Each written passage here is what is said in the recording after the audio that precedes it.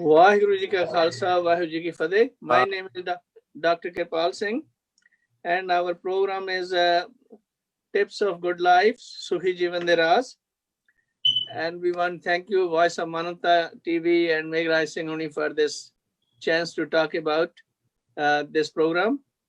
And we have several guests today.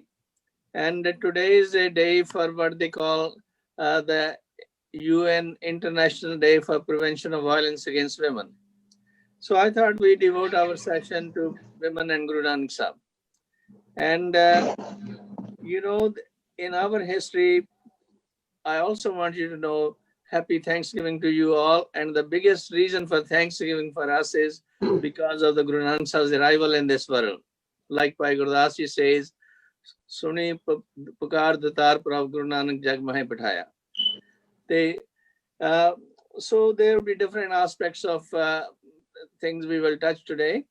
And also it's the day when Sant Namdev's 750th birthday is being celebrated. So to our participants and audience, Bahut Bahut Mubarak Hove. And it's also is a time when Guru Tegh Bahadur Ji's martyrdom took place, which we will touch in the next session. Having said that, first of all, I want you to know that this program strictly, what the participants say is their own personal views, not the views of the Voice of Manavta TV. And welcome to the participants, welcome to our audience, and please subscribe to this program if you're not already doing it. If any financial help you can do will be highly appreciated. Having said that, we are going to start with first the poem by Nirpay Singh. Nirpay Singh, are you there? Okay, sir. हाँ जी. वाहिगुरु जी का खालसा, वाहिगुरु जी की फतेह जी.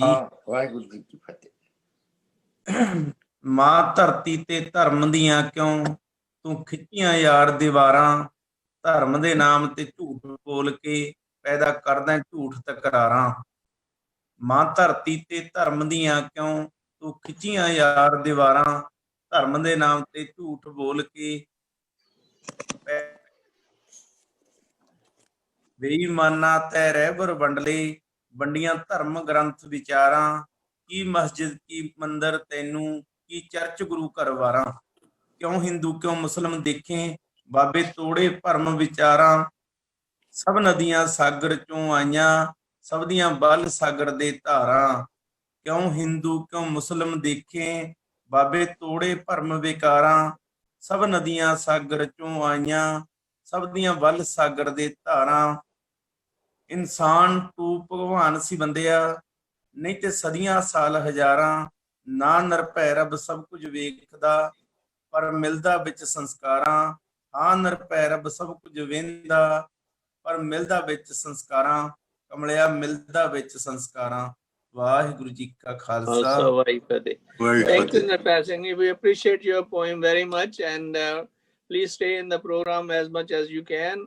When I know you have to go to work, whenever it's necessary, you can go.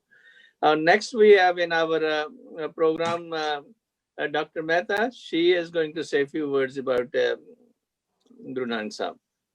Dr. Mehta? हाँ जी, आवाज आ रही है? हाँ जी, सारियां नू वाहिगुरु जी का खालसा, वाहिगुरु जी की फतेह. ते आप सब नू बहुत बहुत बधाई होवे. ਅਸੀਂ ਜਿਹੜੇ ਡਿਫਰੈਂਟ ਵੇਸ ਵਿੱਚ, ਡਿਫਰੈਂਟ ਫਾਰਮ ਵਿੱਚ, ਡਿਫਰੈਂਟ ਲੈਂਗੁਏਜਸ ਵਿੱਚ ਅਸੀਂ ਇਹ ਸਭ ਐਕਨੋਲੇਜ ਕਰ ਰਹੇ ਹਾਂ ਕਿ ਸਾਡੀ ਜਿਹੜੀ ਹੈ ਲੈਗੇਸੀ, ਅਸੀਂ ਡਿਸੈਂਡੈਂਟਸ ਆ ਗੁਰੂ ਨਾਨਕ ਸਾਹਿਬ ਜੀ ਦੇ ਵੈਲਿਊਜ਼ ਤੇ.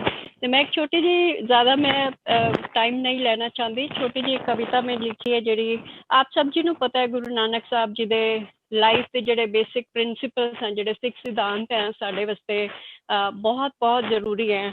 ਔਰ ਅੱਜ ਕੱਲ੍ਹ ਦੇ ਟਾਈਮ ਵਿੱਚ ਬਲਕਿ ਬਹੁਤ ਹੀ ਹੋਰ ਵੀ ਜ਼ਿਆਦਾ ਉਹਦੀ ਅਹਿਮੀਅਤ ਵੱਧਦੀ ਹੈ, ਕਿਉਂਕਿ ਗੁਰੂ ਨਾਨਕ ਸਾਹਿਬ ਇੰਨੇ ਜਿਹੜੇ ਇਹਨਾਂ ਦੀ ਵਿਊਜ਼ ਸੀਗੇ he was a revolutionary, right? मतलब मैं तो सोचनी है कि उन्होंने दे ਜਿਹੜੇ revolutionary ideas है equality ਦੇ और ਅੱਜ ਜਿਹੜਾ ਦਿਨ ਜਿਸ ਤਰ੍ਹਾਂ ਡਾਕਟਰ ਕਿਰਪਾਲ ਸਿੰਘ ਜੀ ਨੇ ਦੱਸਿਆ International Day against the violence against women, Guru Nanak Sahib ji already ਇਹ ਸਭ ਗੱਲਾਂ ਬਾਰੇ ਸੋਚ ਰਹੇ ਸੀ ਤੇ ਸਿਖਾ ਰਹੇ ਸੀ ਸਾਰੇ ਸਭ ਨੂੰ।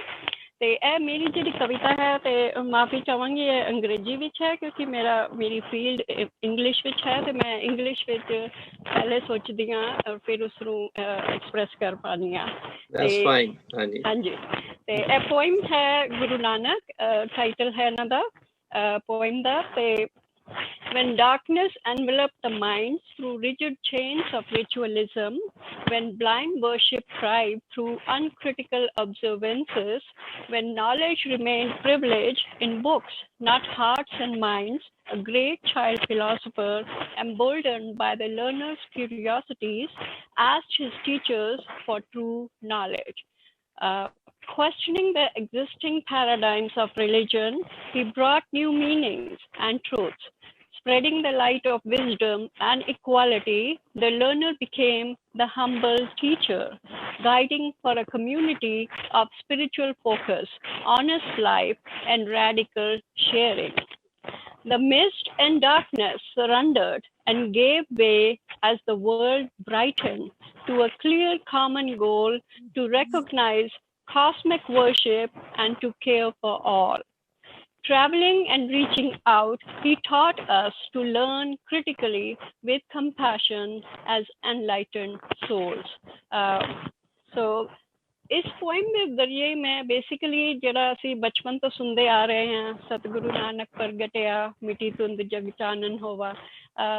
So I never really understood this meaning of the Shabad ਜਦੋਂ ਕਿ ਮੈਂ ਜ਼ਿਆਦਾ as a child ਆਪਣੇ parents ਤੋਂ ਸਾਰੇ lessons ਜਿਹੜੇ ਸਿੱਖ ਰਹੀ ਸੀ ਗੁਰੂ ਨਾਨਕ ਸਾਹਿਬ ਜੀ ਦੀ ਜਿਹੜੀ legacy ਹੈ ਉਹਨਾਂ ਦੇ views ਹੈ what does it mean ਨਾਮ ਜਪੋ ਵੰਡ ਛਕੋ ਕੀਰਤ ਕਰੋ ਤੇ ਉਸ ਪਿੱਛੇ I have tried ਕਿ ਇਹ ਸਾਰੀ ideas ਨੂੰ ਮੈਂ kind of ਨਿਚੋੜ ਕੇ ਇੱਕ poem ਦੇ through express ਕਰਨ ਦੀ ਕੋਸ਼ਿਸ਼ ਕੀਤੀ ਹੈ ਤੇ ਆਸ਼ਾ ਹੈ ਆਪ ਸਭ ਨੂੰ ਪਸੰਦ ਆਈ ਹੋਵੇਗੀ।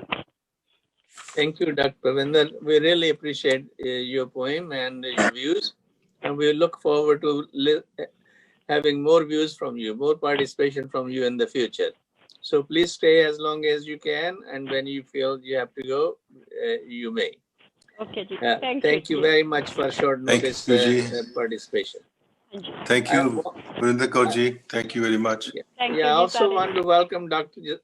Sardar Jasveer Singh Padia to joining with us over here, and he has been in this program before too.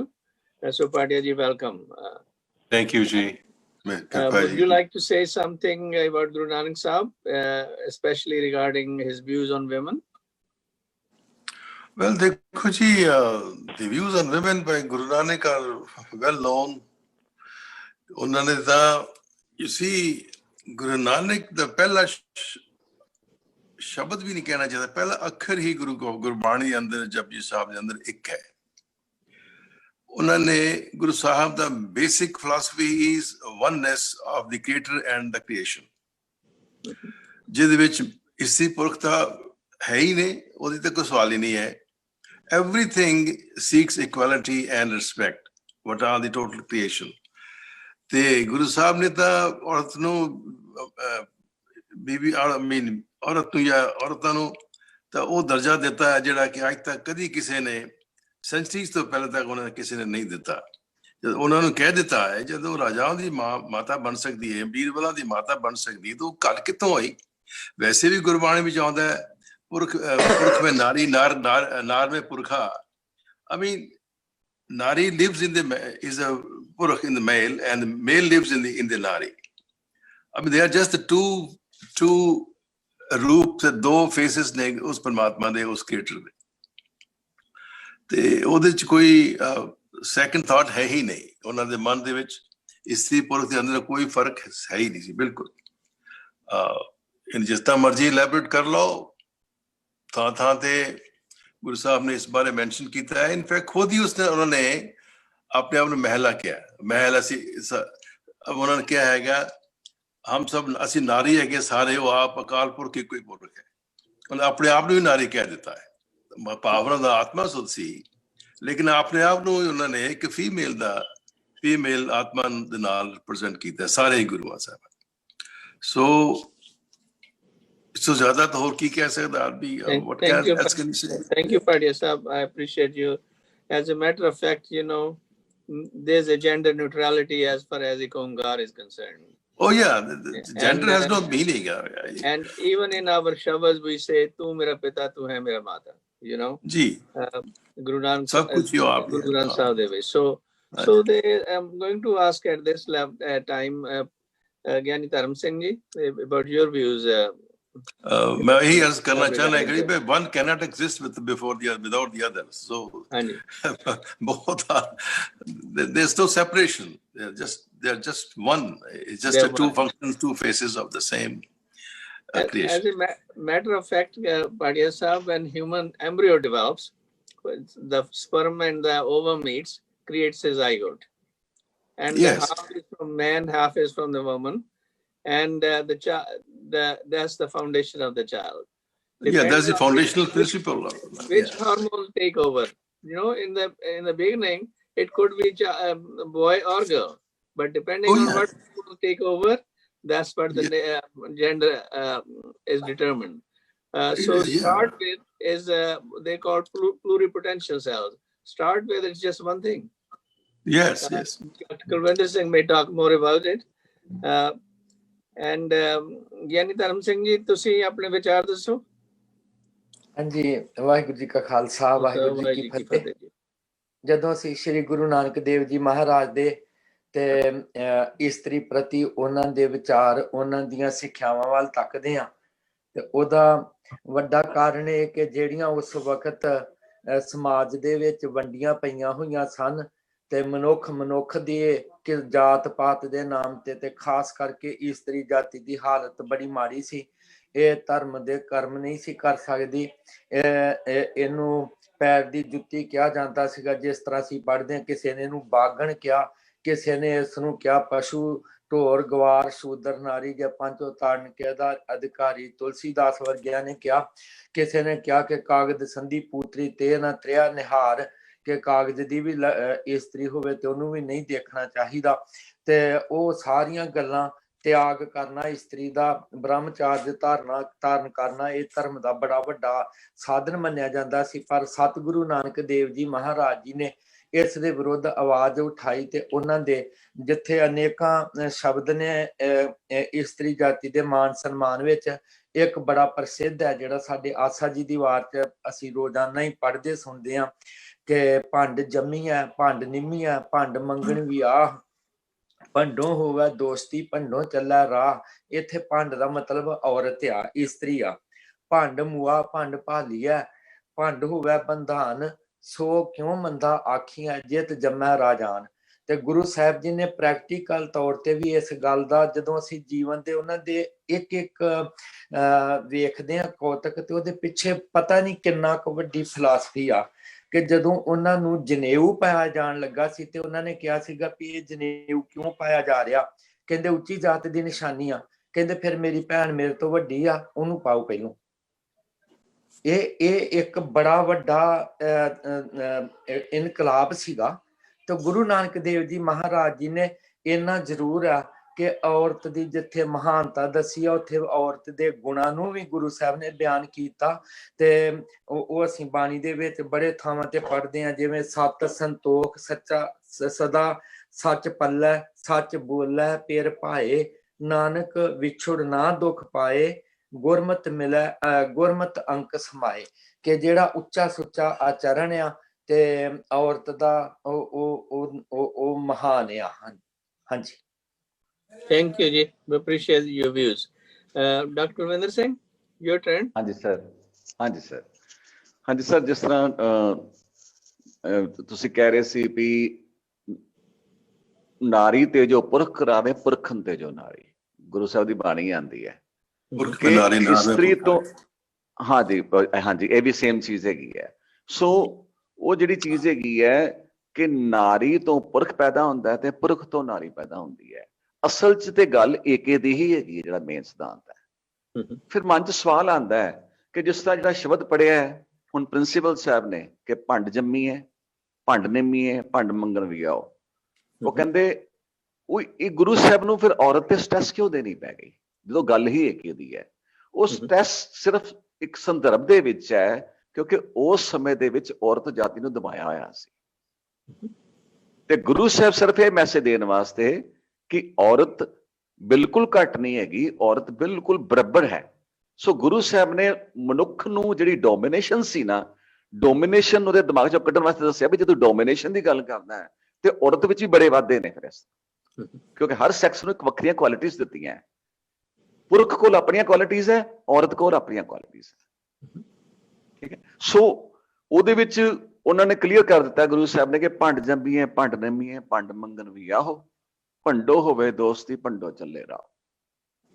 ਭੰਡ ਮੂਆ ਭੰਡ ਭਾਲੀਏ, ਭੰਡ ਹੋਵੇ ਬੰਦਾਨ। ਕਹਿੰਦੇ ਜੇ ਇੱਕ ਔਰਤ ਦੀ ਡੈਥ ਹੋ ਜਾਂਦੀ ਹੈ ਤੁਸੀਂ ਦੂਸਰੀ ਔਰਤ ਨੂੰ ਭਾਲਦੇ ਹੋ, ਕਿਉਂਕਿ ਮਨੁੱਖ ਦਾ ਔਰਤ ਤੋਂ ਬਿਨਾਂ ਗੁਜ਼ਾਰਾ ਨਹੀਂ ਹੈਗਾ। ਉਹਨੇ ਉਸ ਸੰਦਰਭ ਚ ਕੀ ਸੀ ਕਿ ਔਰਤ ਸਾਰੇ ਘਰ ਨੂੰ ਸੰਭਾਲਦੀ ਸੀ, ਉਹ ਹੋਮ ਮਿਨਿਸਟਰੀ ਸੀ, ਤੇ ਪੁਰਸ਼ ਘਰੋਂ ਬਾਹਰ ਫੇਰ ਹੀ ਕੰਮ ਕਰਨ ਜਾ ਸਕਦਾ ਜੇ ਉਹਨੂੰ ਪਤਾ ਵੀ ਮੇਰੇ ਬੱਚੇ ਤੇ ਮੇਰਾ ਪਰਿਵਾਰ ਸੇਫ ਹੈ। ਇਹ ਸੰਦਰਭ ਚ ਵੀ ਗੱਲ ਲੱਗਦੀ ਹੈ। ਸੋ ਭੰਡ ਮੂਆ ਭੰਡ ਭਾਲੀਏ, ਭੰਡ ਹੋਵੇ ਬੰਧਾਨ, ਸੋ ਕਿਉਂ ਮੰਦਾ ਕੀ ਹੈ ਜਿਤ ਜੰਮੇ ਰਾਜਾਨ। ਸਾਰੀ ਸ੍ਰਿਸ਼ਟੀ ਇਹਦੇ ਸਰੀਰ ਚ ਪੈਦਾ ਹੋਈ ਹੈ। ਹੁਣ ਜਿਹੜਾ ਡਾਕਟਰ ਸਾਹਿਬ ਆਪ ਜੀ ਨੇ ਗੱਲ ਕਿਹਾ ਸੀ ਕਿ ਪਹਿਲਾਂ ਜਦੋਂ ਬਿਲਕੁਲ ਸਹੀ ਹੈ ਕਿ ਜਦੋਂ ਫਰਟੀਲਾਈਜੇਸ਼ਨ ਹੁੰਦੀ ਹੈ, ਕਨਸੀਵ ਹੁੰਦਾ ਹੈ ਬੱਚਾ, ਤੇ ਉਦੋਂ ਉਹਦਾ ਕੋਈ ਸੈਕਸ ਨਹੀਂ ਹੁੰਦਾ। ਉਹ ਜਦੋਂ ਉਹ ਐਕਸ ਦਾ ਜਿਹੜਾ ਉਹ ਮੇਲ ਹੁੰਦਾ ਨਾ, ਐਕਸ ਤੇ ਵਾਈ ਕ੍ਰੋਮੋਸੋਮ ਜਿਹੜਾ ਇਹ ਡਿਪੈਂਡ ਕਰਦਾ ਹੈ, ਵਿਮਨ ਦੇ ਵਿੱਚ ਦੋਨੋਂ ਐਕਸ ਹੀ ਹੁੰਦੇ ਨੇ, ਐਕਸ ਐਂਡ ਐਕਸ, ਤੇ ਜਿਹੜੇ ਮੇਲ ਸਪਰਮ ਹੁੰਦਾ ਉਹਦੇ ਵਿੱਚ ਐਕਸ ਐਂਡ ਵਾਈ ਦੋ ਕ੍ਰੋਮੋਸੋਮ ਹੁੰਦੇ ਆ। ਅਗਰ ਐਕਸ ਮੇਲ ਐਕਸ ਫੀਮੇਲ ਐਕਸ ਨਾਲ ਮਿਲ ਜਾਵੇ ਤੇ ਬੱਚੀ ਪੈਦਾ ਹੁੰਦੀ ਹੈ, ਬੇਟੀ ਪੈਦਾ ਹੁੰਦੀ ਹੈ। ਅਗਰ ਮੇਲ ਦਾ ਵਾਈ ਉਹ ਐਕਸ ਨਾਲ ਮਿਲ ਜਾਵੇ ਤੇ ਫਿਰ ਮਤਲਬ ਮੇਲ ਹੁੰਦਾ ਹੈ। ਸੋ ਅਸਲ ਚ ਗੱਲ ਤੇ ਏਕੇ ਦੀ ਹੀ ਹੈਗੀ ਹੈ, ਪਰ ਉਹ ਉਸ ਚੀਜ਼ ਨੂੰ ਜਿਹੜੇ ਮਨੁੱਖ ਨੇ ਡੋਮੀਨੇਟ ਕੀਤਾ ਹੋਇਆ ਸੀ ਉਹਨੂੰ ਖਤਮ ਕਰਨ ਵਾਸਤੇ ਗੁਰੂ ਸਾਹਿਬ ਨੇ ਦੱਸਿਆ ਕਿ ਜੇ ਮਨੁੱਖ ਤੂੰ ਹੰਕਾਰ ਕਰਦਾ ਤੇ ਔਰਤ ਕਿਸੇ ਤਰੀਕੇ ਘੱਟ ਨਹੀਂ, ਔਰਤ ਤੋਂ ਬਿਨਾਂ ਤੇ ਇੱਕੋ ਹੀ ਹੈ ਕੇਵਲ ਪਰਮਾਤਮਾ। ਨਹੀਂ ਤੇ ਹਰ ਕਿਸੇ ਨੂੰ, ਪੁਰਸ਼ ਨੂੰ ਜਾਂ ਇਸਤਰੀ ਨੂੰ ਔਰਤ ਦੇ ਸਰੀਰ ਚੋਂ ਹੀ ਪੈਦਾ ਹੋ ਕੇ ਆਉਣਾ ਪੈਂਦਾ ਹੈ। Thank you. ਠੀਕ ਸਰ, ਥੈਂਕ ਯੂ। ਜੇ ਦੇਖਿਆ ਜਾਵੇ ਤੇ actually there is a uniqueness about a woman after the fertilization of the process, the child has to develop, the embryo has to develop for the next 9 months. Man can't do it. It's only the woman who's created that way to carry on with that process. And that nurturance and that sacrifice that she makes is supreme, really, when you look at it from the way she carries. No wonder the children have a much closer relationship with the mother than with the father, because she has the first start 9 months, they've been so they've been together. So that process, really, the qualities of God, of compassion and care and loving and nurturance and all that is in the woman. So woman is as much representative of the Akal Purkh Vaheguru, ek onkar, jinna ke aadmi hai. The role of man is more from the earning or protection and all those kind of things. But the main key of the household or the family life is the woman. So she is central to the good family life. And the man provides with all his skills, but then there again, again to make sure that the female can provide the proper nurturance and mother can do all those kind of things in an uninterrupted manner. But again, the sacrifices of mother are incomparable. मैं कुछ कह सकती हूँ? हाँ जी, please. हाँ जी, आपके तो विचार बड़े अच्छे हैं और असी सारे सुनते आ रहे हैं, बट आई थिंक असी हुण 21st सेंचुरी चाह ते सानू ਇਹ ਵੀ देखना चाहिए है कि ਜਦੋਂ ਅਸੀਂ ਵਿਮਨ ਦੀ ਇਸ਼ੂਜ਼ ਤੇ ਗੱਲ ਕਰਦੇ ਹਾਂ ਤੇ ਅਸੀਂ ਜੇ ਸਿਰਫ ਉਹਨਾਂ ਨੂੰ ਇੱਕ ਮਦਰ ਦੇ ਰੋਲ ਵਿੱਚ ਹੀ ਦੇਖਾਂਗੇ ਤੇ ਉਹ ਇੱਕ ਲਿਮਿਟਿਡ ਪਰਸਪੈਕਟਿਵ ਹੋਏਗਾ। आई होप कि तुसी सारे मनोगे। जो गुरु नानक साहब जी जो कह रहे थे वो बहुत वैलिड है। That can be a strong foundation कि असी उस इक्वालिटी का जो फाउंडेशन है अपनी प्रैक्टिकल लाइफ च लियाइए। ते जे मेरा कहने का मतलब है कि साडी सोसाइटी विच कई विमेन ऐसी भी हैं जिहड़ी मां नहीं बन सकती, राइट, या जिहड़ी मदर्स नहीं है, बट उन्हां दा भी साडी सोसाइटी विच रोल है, राइट, साडे सो जो असी विमेन दे बारे नारियां बारे जो भी असी सिख परस्पैक्टिव तो गल करिए ते असी जिहड़ा गुरु नानक साहब जी दा जिहड़ा इंक्लूजन दा मॉडल सीगा कि everybody is included, right, even male female, तुसी पहले क्या सी जेंडर न्यूट्रलिटी दा, right, so gender neutrality even beyond gender जे असी ट्रांसजेंडर लोगों को भी इंक्लूड करिए इस नैरेटिव विच कि असी सारे समान हाँ, असी सारे इक्वल हाँ।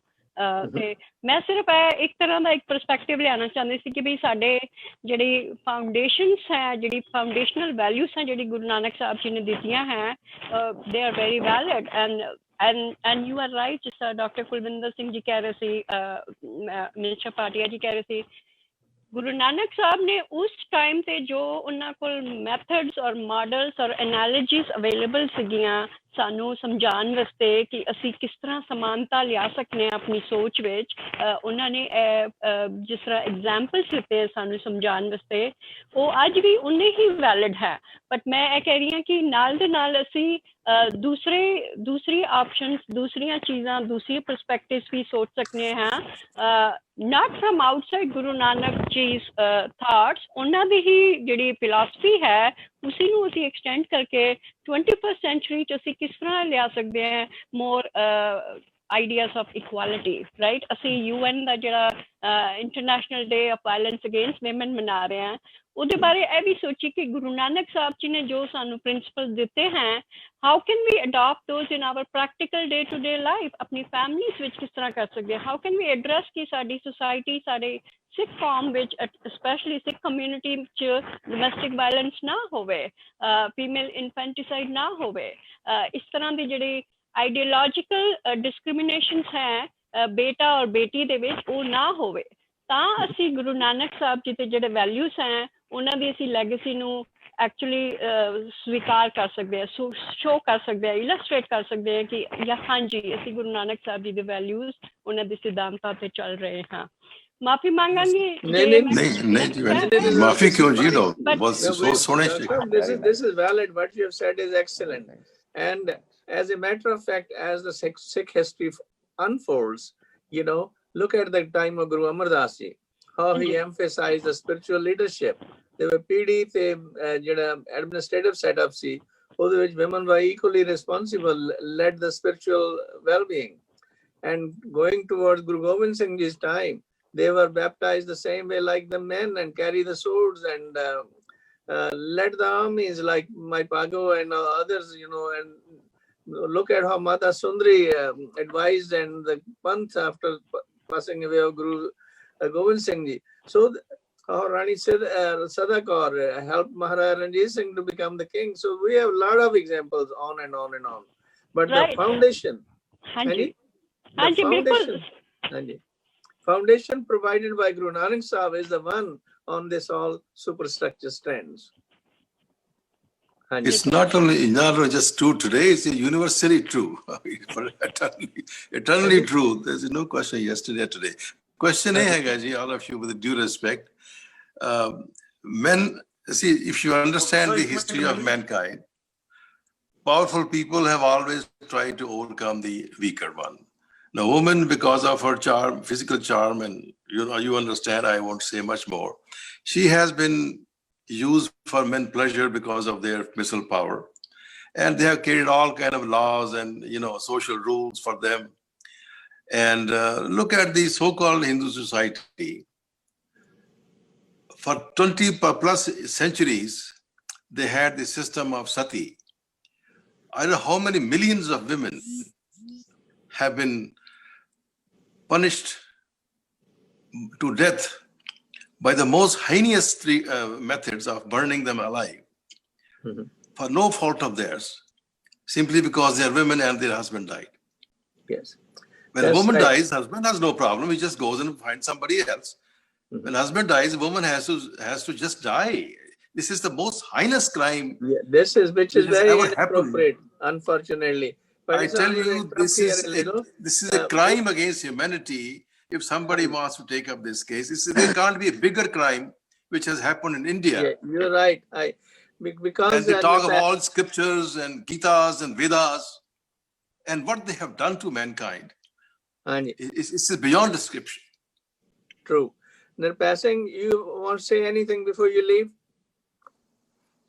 Nirpal Singh, can you hear me? Maybe he has left on. No, he's there. चले गए लगते हैं. अच्छा. ਜੀ ਸਰ ਆਪ ਸਰ ਗੱਲ ਕਰ ਰਹੇ ਸੀ ਆਪਾਂ ਸਤਿਗੁਰੂ ਨਾਨਕ ਪਾਤਸ਼ਾਹ ਦੇ ਪਵਿੱਤਰ ਬਚਨ ਦੀ, ਨਾਰੀ ਤੇ ਜੋ ਪੁਰਖ ਕਰਾਵਾ ਪੁਰਖਨ ਤੇ ਜੋ ਨਾਰੀ।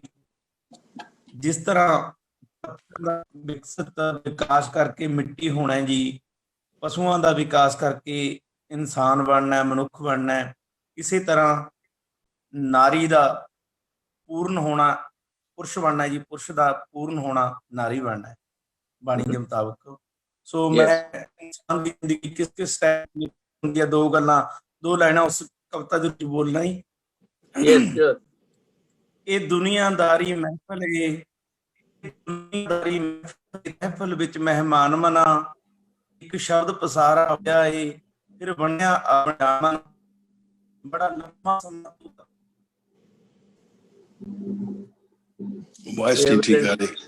We have a little Zoom problem. ਇਸ ਧਰਤੀ ਤੇ ਸੁਨਸਾਨ ਮਨਾ, ਫਿਰ ਪੱਥਰ ਮਿੱਟੀ ਬਣ ਚੁੱਕਿਆ ਤੀਜੀ ਜਾਨ ਪਸ਼ੂਆਂ ਤੋਂ ਇਨਸਾਨ ਮਨਾ, ਪਰ ਤੂੰ ਕਿਉਂ ਬਣਿਆ ਫਿਰੀ ਸ਼ੈਤਾਨ ਮਨਾ, ਪਰ ਤੂੰ ਨਿਰਪੈਸਿਆ ਉਲਝ ਗਿਆ ਕਿਉਂ ਬਣਿਆ ਫਿਰੀ ਸ਼ੈਤਾਨ ਮਨਾ। ਵਾਲਸਾ Waheguru ji. Thank you. Sorry it could not come completely on this program, but we will have chances for you to do subsequent sessions, talk those things again. So thank you, Nirpal Singh, for your participation. Hanji, Pade Sahab, you were continuing. I had to interrupt because I was wondering if Nirpal has to leave. He has to go to work in India. You know, there's morning people have to go to work. Yeah, no, I mean, what I've said already, what I wanted to say, but point is that human life has been more controlled by the passions, by wealth, money, for sake of money right now. As Benji said just now, there are, female children are killed in infancy. A lot of ill treatment to women because of our properties and all that stuff. It's all money is governing the life of the people. Yeah. And Guru Sahib, the message has been 500 saal ho gaya, 500 saal ho gaya is message nu. किन्ने को लोग सिखा ने भी कह लो किन्ना किस चीज ਨੂੰ ਅਡਾਪਟ ਕੀਤਾ ਹੈ, ਕਿੰਨਾ ਨੇ ਸਮਝਿਆ ਹੈ। ਮੈਂ ਇੱਕ ਕਿਤਾਬ ਪੜ੍ਹ ਰਿਹਾ ਸੀ ਉਹਦੀ ਆਪਣਾ ਰਾਜਾ ਰਣਜੀਤ ਸਿੰਘ ਬਾਰੇ, ਮਹਾਰਾਜਾ ਰਣਜੀਤ ਸਿੰਘ ਬਾਰੇ ਸੀ, ਇੰਨਾ ਉੱਚਾ ਉਹਨਾਂ ਨੂੰ ਮੰਨਦੇ ਹੈਗੇ ਮਹਾਰਾਜਾ ਰਣਜੀਤ ਸਿੰਘ ਜੀ। ਉਹਨਾਂ ਦੀ 22 ਰਾਣੀਆਂ ਸੀਗੀਆਂ ਔਰ ਉਹਨਾਂ ਚੋਂ ਬਹੁਤ ਸਾਰੀਆਂ ਰਾਣੀਆਂ ਨੂੰ ਸਤੀ ਹੋਣਾ ਪਿਆ when he died।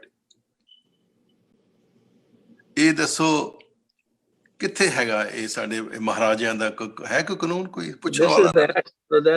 ਕਲੰਕ ਉਹਨਾਂ ਦੇ ਪਰ ਉਹਦੇ ਵਿੱਚ ਮਹਾਰਾਜਾ ਰਣਜੀਤ ਸਿੰਘ ਦਾ ਫਾਲ ਨਹੀਂ ਅਸੀਂ ਕਵਾਂਗੇ, ਜਿਹੜੇ ਉਹਨਾਂ ਦੇ ਆਲੇ ਦੁਆਲੇ ਦੇ ਬੰਦੇ ਜਿਹੜੇ ਮੈਨੇਜ ਕਰ ਰਹੇ ਸੀਗੇ ਫਿਊਨਰਲ। ਨਹੀਂ ਐਸੀ ਗੱਲ ਨਹੀਂ, ਉਹ ਵੀ ਤਾਂ ਸਿੱਖੀ ਸੀਗੇ ਨਾ, ਜੇ ਮੈਨੇਜ ਕਰਦੇ ਸੀ ਉਹ ਵੀ ਤਾਂ ਚੰਗੇ ਖਾਲਸੇ ਸੀ ਇਨਸਾਨ। ਉਹ ਤਾਂ ਖਾਲਸੇ ਸੀ। Well, back to the sati customs, which is totally opposite to Sikh way of life. ਤੇ ਸੋ ਯਾਨੀ ਧਰਮ ਸਿੰਘ ਜੀ ਕੋਈ ਹੋਰ ਵਿਚਾਰ ਤੁਸੀਂ ਆਪਣੇ ਐਡ ਕਰਨੇ ਹੋਣ? ਹਾਂਜੀ, ਮੈਂ ਜਿਸ ਤਰ੍ਹਾਂ ਪਹਿਲੇ ਕੁਝ ਗੱਲਾਂ ਕੀਤੀਆਂ ਨੇ ਕਿ ਗੁਰੂ ਸਾਹਿਬ ਜੀ ਦੇ ਵੇਲੇ ਜਿਹੜੀ ਇਸਤਰੀ ਦਾ ਪਤੀ ਮਰ ਜਾਂਦਾ ਸੀਗਾ ਉਹਨੂੰ ਸਤੀ ਕਰ ਦਿੱਤਾ ਜਾਂਦਾ ਸੀਗਾ ਕਿ ਉਹਨੂੰ ਆਗਿਆ ਨਹੀਂ ਸੀ ਦੁਬਾਰਾ ਵਿਆਹ ਕਰਵਾਉਣ ਦੀ, ਤੇ ਗੁਰੂ ਸਾਹਿਬ ਜੀ ਨੇ ਵਿਧਵਾ ਵਿਆਹ ਵੀ ਸ਼ੁਰੂ ਕੀਤੇ ਤੇ ਸਤੀ ਪ੍ਰਥਾ ਦੇ ਵਿਰੁੱਧ ਆਵਾਜ਼ ਉਠਾਈ, ਜਿਹਦਾ ਗੁਰੂ ਅਮਰਦਾਸ ਜੀ ਨੇ ਬੜੇ ਆਪਣੇ ਸ਼ਬਦਾਂ 'ਚ ਜ਼ਿਕਰ ਕੀਤਾ। ਵਿਦਿਆ ਦੀ ਜਿਹੜੀ ਗੱਲ ਆ ਉਹ ਇਸਤਰੀ ਨੂੰ ਅੱਜ ਭਾਵੇਂ ਸਾਰੇ ਧਰਮਾਂ 'ਚ ਤੇ ਸਾਰੀ ਦੁਨੀਆ ਦੇ ਉੱਪਰ ਹੀ ਆ, ਪਰ ਧਰਮ ਕਰਮ ਦੇ ਵਿੱਚ ਇੱਕੋ ਜਿਹਾ ਮਾਨ ਸਨਮਾਨ ਜਿਹੜਾ ਉਹ ਗੁਰੂ ਸਾਹਿਬ ਜੀ ਨੇ ਦਵਾਇਆ। ਤੇ ਜਿਹੜੇ ਸਾਡੇ ਰਹਿਤਨਾਮੇ ਨੇ ਉਹਨਾਂ ਦੇ ਵਿੱਚ ਬੜਾ ਸੁੰਦਰ ਜ਼ਿਕਰ ਹੁੰਦਾ ਕਿ ਜਿਹੜੇ ਨੜੀ ਮਾਰ ਕੁੜੀ ਮਾਰ ਜਿਹੜੇ ਨੇ ਉਹਨਾਂ ਦੇ ਨਾਲ ਮਿਲ ਵਰਤਨ ਵੀ ਨਹੀਂ ਰੱਖਣਾ, ਆਪ ਮਾਰਨਾ ਤੇ ਇੱਕ ਪਾਸੇ ਰਿਹਾ। ਅੱਜ ਸਾਰੇ ਸਿੱਖਾਂ ਨੂੰ ਇਸ ਗੱਲ ਤੇ ਸੋਚਣਾ ਪਊਗਾ, ਜਿਹੜੇ ਭਰੂਣ ਹੱਤਿਆ ਕਰਦੇ ਨੇ, ਬੱਚੀਆਂ ਨੂੰ ਜਨਮ ਤੋਂ ਪਹਿਲੋਂ ਮਾਰ ਦਿੰਦੇ ਨੇ, ਤੇ ਉਹਨਾਂ ਵਾਸਤੇ ਬੜੀ ਵੱਡੀ ਤਾੜਨਾ ਆ। ਤੋ ਗੁਰੂ ਸਾਹਿਬ ਜੀ ਨੇ ਤੇ ਸਾਡੇ ਵਾਸਤੇ ਬੜੇ ਵਧੀਆ ਪੂਰਨੇ ਪਾਏ। ਜਿਸ ਤਰ੍ਹਾਂ ਪਹਿਲੇ ਗੱਲ ਹੋ ਚੁੱਕੀ ਕਿ ਗੁਰੂ ਸਾਹਿਬ ਜੀ ਤੇ ਸਰੀਰ ਤੋਂ ਪਰੇ ਦੀ ਗੱਲ ਕਰਦੇ, ਉਹ ਕਹਿੰਦੇ ਜਾਣ ਹੋ ਜੋਤ ਨਾ ਪੁੱਛੋ ਜਾਤੀ, ਆਗਿਆ ਜਾਤ ਨਾ ਹੈ। ਉਹ ਜਾਤ ਜਿਹੜੀ ਆ ਉਹਦਾ ਜਿੱਥੇ ਜਾਤਾਂ ਪਾਤਾਂ ਦਾ ਚੱਕਰ ਆ, ਉੱਥੇ ਇਸਤਰੀ ਪੁਰਖ ਦਾ ਵੀ ਜਿਹੜਾ ਵਖਰੇਵਾਂ ਵਾ, ਇਹਨੂੰ ਵੀ ਗੁਰੂ ਜੀ ਨਹੀਂ ਮੰਨਦੇ ਕਿ ਅੰਦਰ ਜੋਤ ਜਿਹੜੀ ਹੈ, ਸਾਡਾ ਜੋਤ ਹੈ ਸੋਏ ਤਿਸ ਦਾ ਚਾਨਣ ਸਭ ਮੈਂ ਚਾਨਣ ਹੋਏ, ਅਸੀਂ ਰੋਜ਼ਾਨਾ ਹੀ ਪੜ੍ਹਦੇ ਹਾਂ। ਹਾਂਜੀ। Yeah, I think absolutely right. There's another point I want to share with you is, Ek Onkar really is not what they call the one God, because the Abrahamic religions interpret God as a man, big beard, and that's how creation of man, how he touched the finger and all that kind of stuff and all. How woman is created from the rib of a man. But that's not the philosophy of Guru Sahib. Guru Sahib ਕਹਿੰਦੇ ਨੇ ਕਿ ਉਹ God ਜਿਹੜਾ ਉਹ ਦੋਨੇ ਹੀ ਚੀਜ਼ਾਂ ਨੇ, like we said, ਉਹ male and female, ਉਹਦੇ ਮਾਂ ਵੀ ਹੈ ਤੇ ਪਿਓ ਵੀ ਹੈ।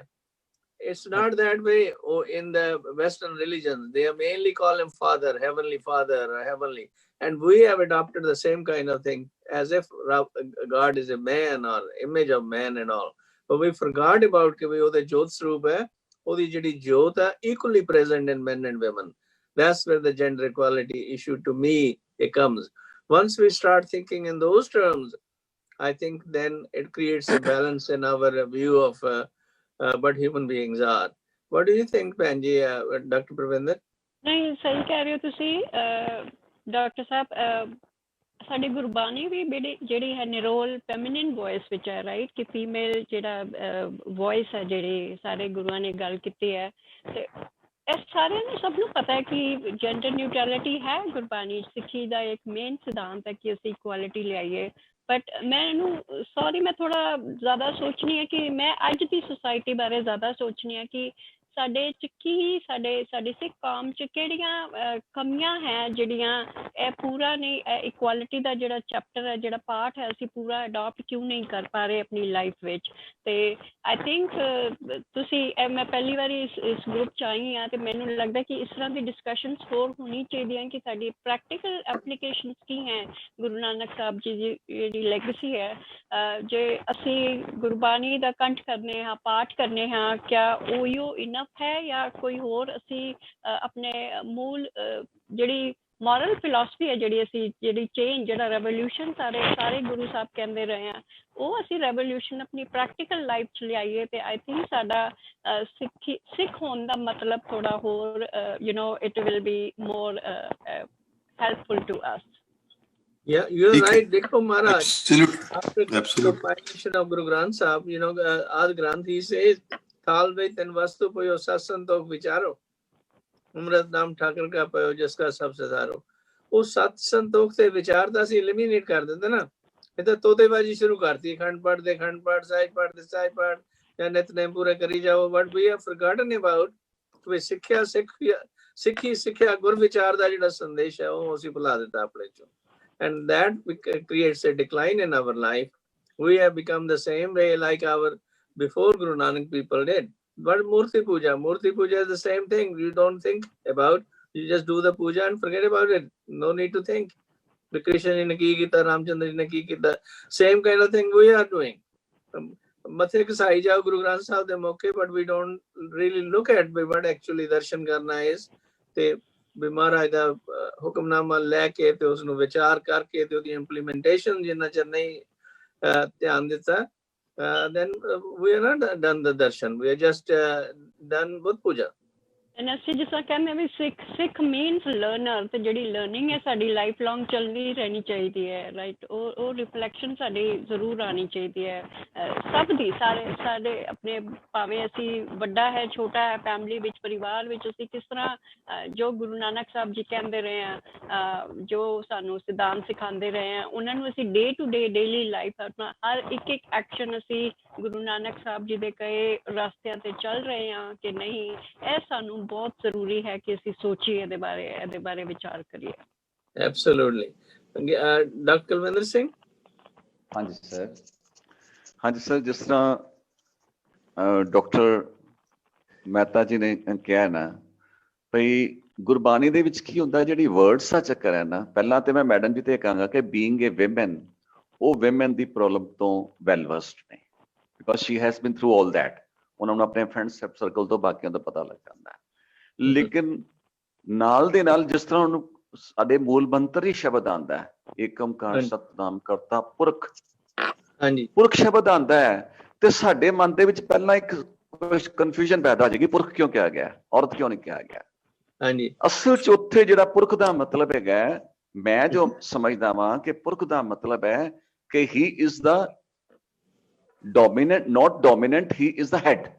ਕਿਉਂਕਿ ਉਸ ਵੇਲੇ ਦੀ ਵਰਡਿੰਗ ਜੋ ਚੱਲਦਾ ਸੀ ਨਾ, ਉਹਨੂੰ ਮੱਦੇਨਜ਼ਰ ਰੱਖ ਕੇ ਪੁਰਖ ਕਿਹਾ ਗਿਆ।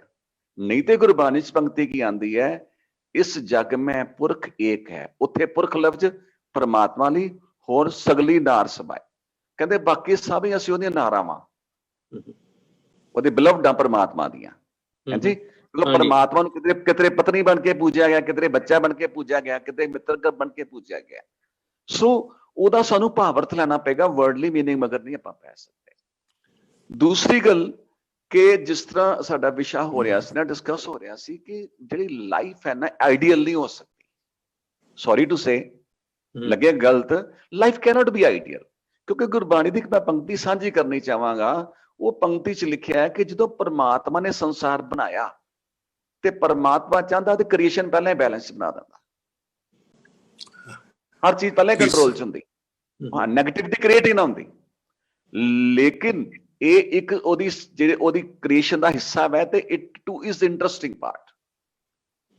ਦੂਸਰੀ ਗੱਲ ਮੈਂ ਅੱਜ ਦੇ ਸੰਦਰਭ ਚ ਤੋਂ ਦੇਖਦਾ ਵਾਂ, ਕਿਉਂਕਿ ਮੇਰੇ ਸਰਕਲ ਚ, ਸਾਡੇ ਸਾਰੇ ਸਰਕਲ ਚ ਅਸੀਂ ਤੇ ਮਤਲਬ ਬਰਾਬਰੀ ਰਹੇ ਨੇ, ਲੜਕੇ ਲੜਕੀਆਂ ਦੇ ਵਿੱਚ ਸਾਡੀਆਂ ਧੀਆਂ ਵੀ ਨੇ, ਭੈਣਾਂ ਵੀ ਨੇ, ਠੀਕ ਹੈ, ਮਦਰਸ, ਜੋ ਵੀ ਸਰਕਲ ਹੁੰਦਾ ਹੈ।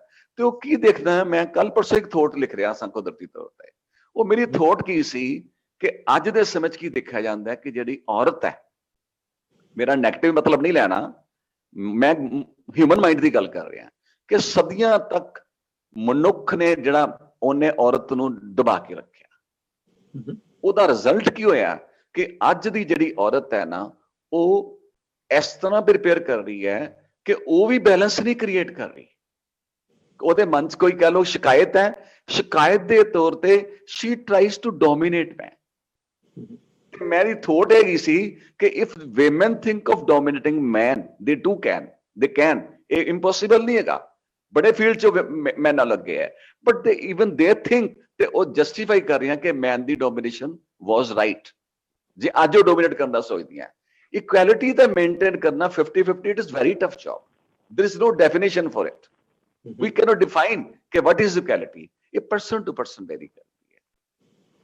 ਪਰ ਅਲਟੀਮੇਟਲੀ ਜੋ ਚੀਜ਼ ਹੈ ਕਿ ਹਰ ਥਾਂ ਤੇ ਜਿੱਥੇ ਕਿਸੇ ਨੂੰ ਮੌਕਾ ਮਿਲਦਾ, ਸਾਡੀ ਇਹ ਵੀਕਨੈਸ ਹੈ ਕਿ ਅਸੀਂ ਆਪਣੇ ਰਾਈਟਸ ਨੂੰ ਲੋੜ ਤੋਂ ਜ਼ਿਆਦਾ ਵਧਾ ਲੈਂਦੇ ਹਾਂ ਤੇ ਡਿਊਟੀਜ਼ ਨੂੰ ਭੁਲਾ ਦਿੰਦੇ ਹਾਂ, ਚਾਹੇ ਉਹ ਮੇਲ ਹੈ ਤੇ ਚਾਹੇ ਫੀਮੇਲ ਹੈ। ਤੇ ਸ਼ਾਇਦ ਇੱਕ ਗੁੱਡ ਪੁਆਇੰਟ, ਹਾਂਜੀ, that's a good point. So doctor Vinder ji, any other thought you like to share about?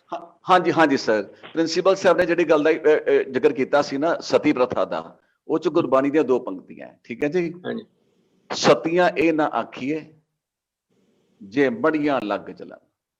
Guru Sahib ਨੇ ਸਤੀ ਪ੍ਰਥਾ ਨੂੰ ਖਤਮ ਕਰਨ ਵਾਸਤੇ ਵਿਡੋ ਮੈਰਿਜ ਸਟਾਰਟ ਕੀਤੀ, ਪਲੱਸ ਨਾਲ ਕੀ ਕਿਹਾ ਕਿ ਮੈਂ ਉਹਨੂੰ ਸਤੀ ਮੰਨਦਾ ਹੀ ਨਹੀਂ ਜਿਹਨੂੰ ਤੁਸੀਂ ਧੱਕਾ ਮਾਰ ਕੇ ਉਹਦੇ ਪਤੀ ਦੇ ਨਾਲ ਹੀ ਸਾੜ ਦਿੰਦੇ ਹੋ, ਕਹਿੰਦੇ ਉਹ ਸਤੀ ਹੈ ਹੀ ਨਹੀਂ। ਸਤੀਆ ਇਹ ਨਾ ਆਖੀਏ ਜੇ ਮੜੀਆਂ ਲੱਗ ਜਲਨ, ਸਤੀਆ ਸੇਈ ਨਾਨਕਾ ਜੇ ਬਿਰਹਾ ਚੋਟ ਮਰਨ।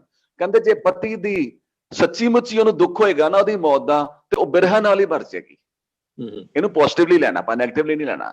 ਤੀਸਰੀ ਗੱਲ ਉਹਨੇ ਕਹਿੰਦੇ 200 ਸਤੀਆਂ ਆਖੀ ਹੈ। ਕਹਿੰਦੇ ਉਹ ਵੀ ਸਤੀਆਂ ਨੇ ਮੇਰੀ ਨੌਲੇਜ ਦੇ ਵਿੱਚ ਸੀਲ ਸੰਤੋਖ ਰਤਨ, ਜਿਹੜੇ ਪਤੀ ਮਰਨ ਤੋਂ ਬਾਅਦ ਆਪਣੇ ਕਰੈਕਟਰ ਨੂੰ ਉੱਚਾ ਰੱਖਦੀਆਂ ਤੇ ਆਪਣੀਆਂ ਸਾਰੀਆਂ ਪਰਿਵਾਰਿਕ ਜ਼ਿੰਮੇਵਾਰੀਆਂ both as a father and a mother ਕਰਦੀਆਂ ਨੇ। ਗੁਰੂ ਸਾਹਿਬ ਕਹਿੰਦੇ ਅਸਲੀ ਸਤੀਆਂ। ਯੈਸ। ਤੇ ਦੂਸਰਾ ਇੱਕ ਸ਼ਬਦ ਆਂਦਾ ਹੈ ਗੁਰਬਾਣੀ ਦੇ ਵਿੱਚ, ਉਹ ਆਂਦਾ ਸਾ ਪੁੱਤਰੀ ਜਜਮਾਨ ਕੀ ਸਾ ਪੁੱਤਰੀ ਤੇਰੀ।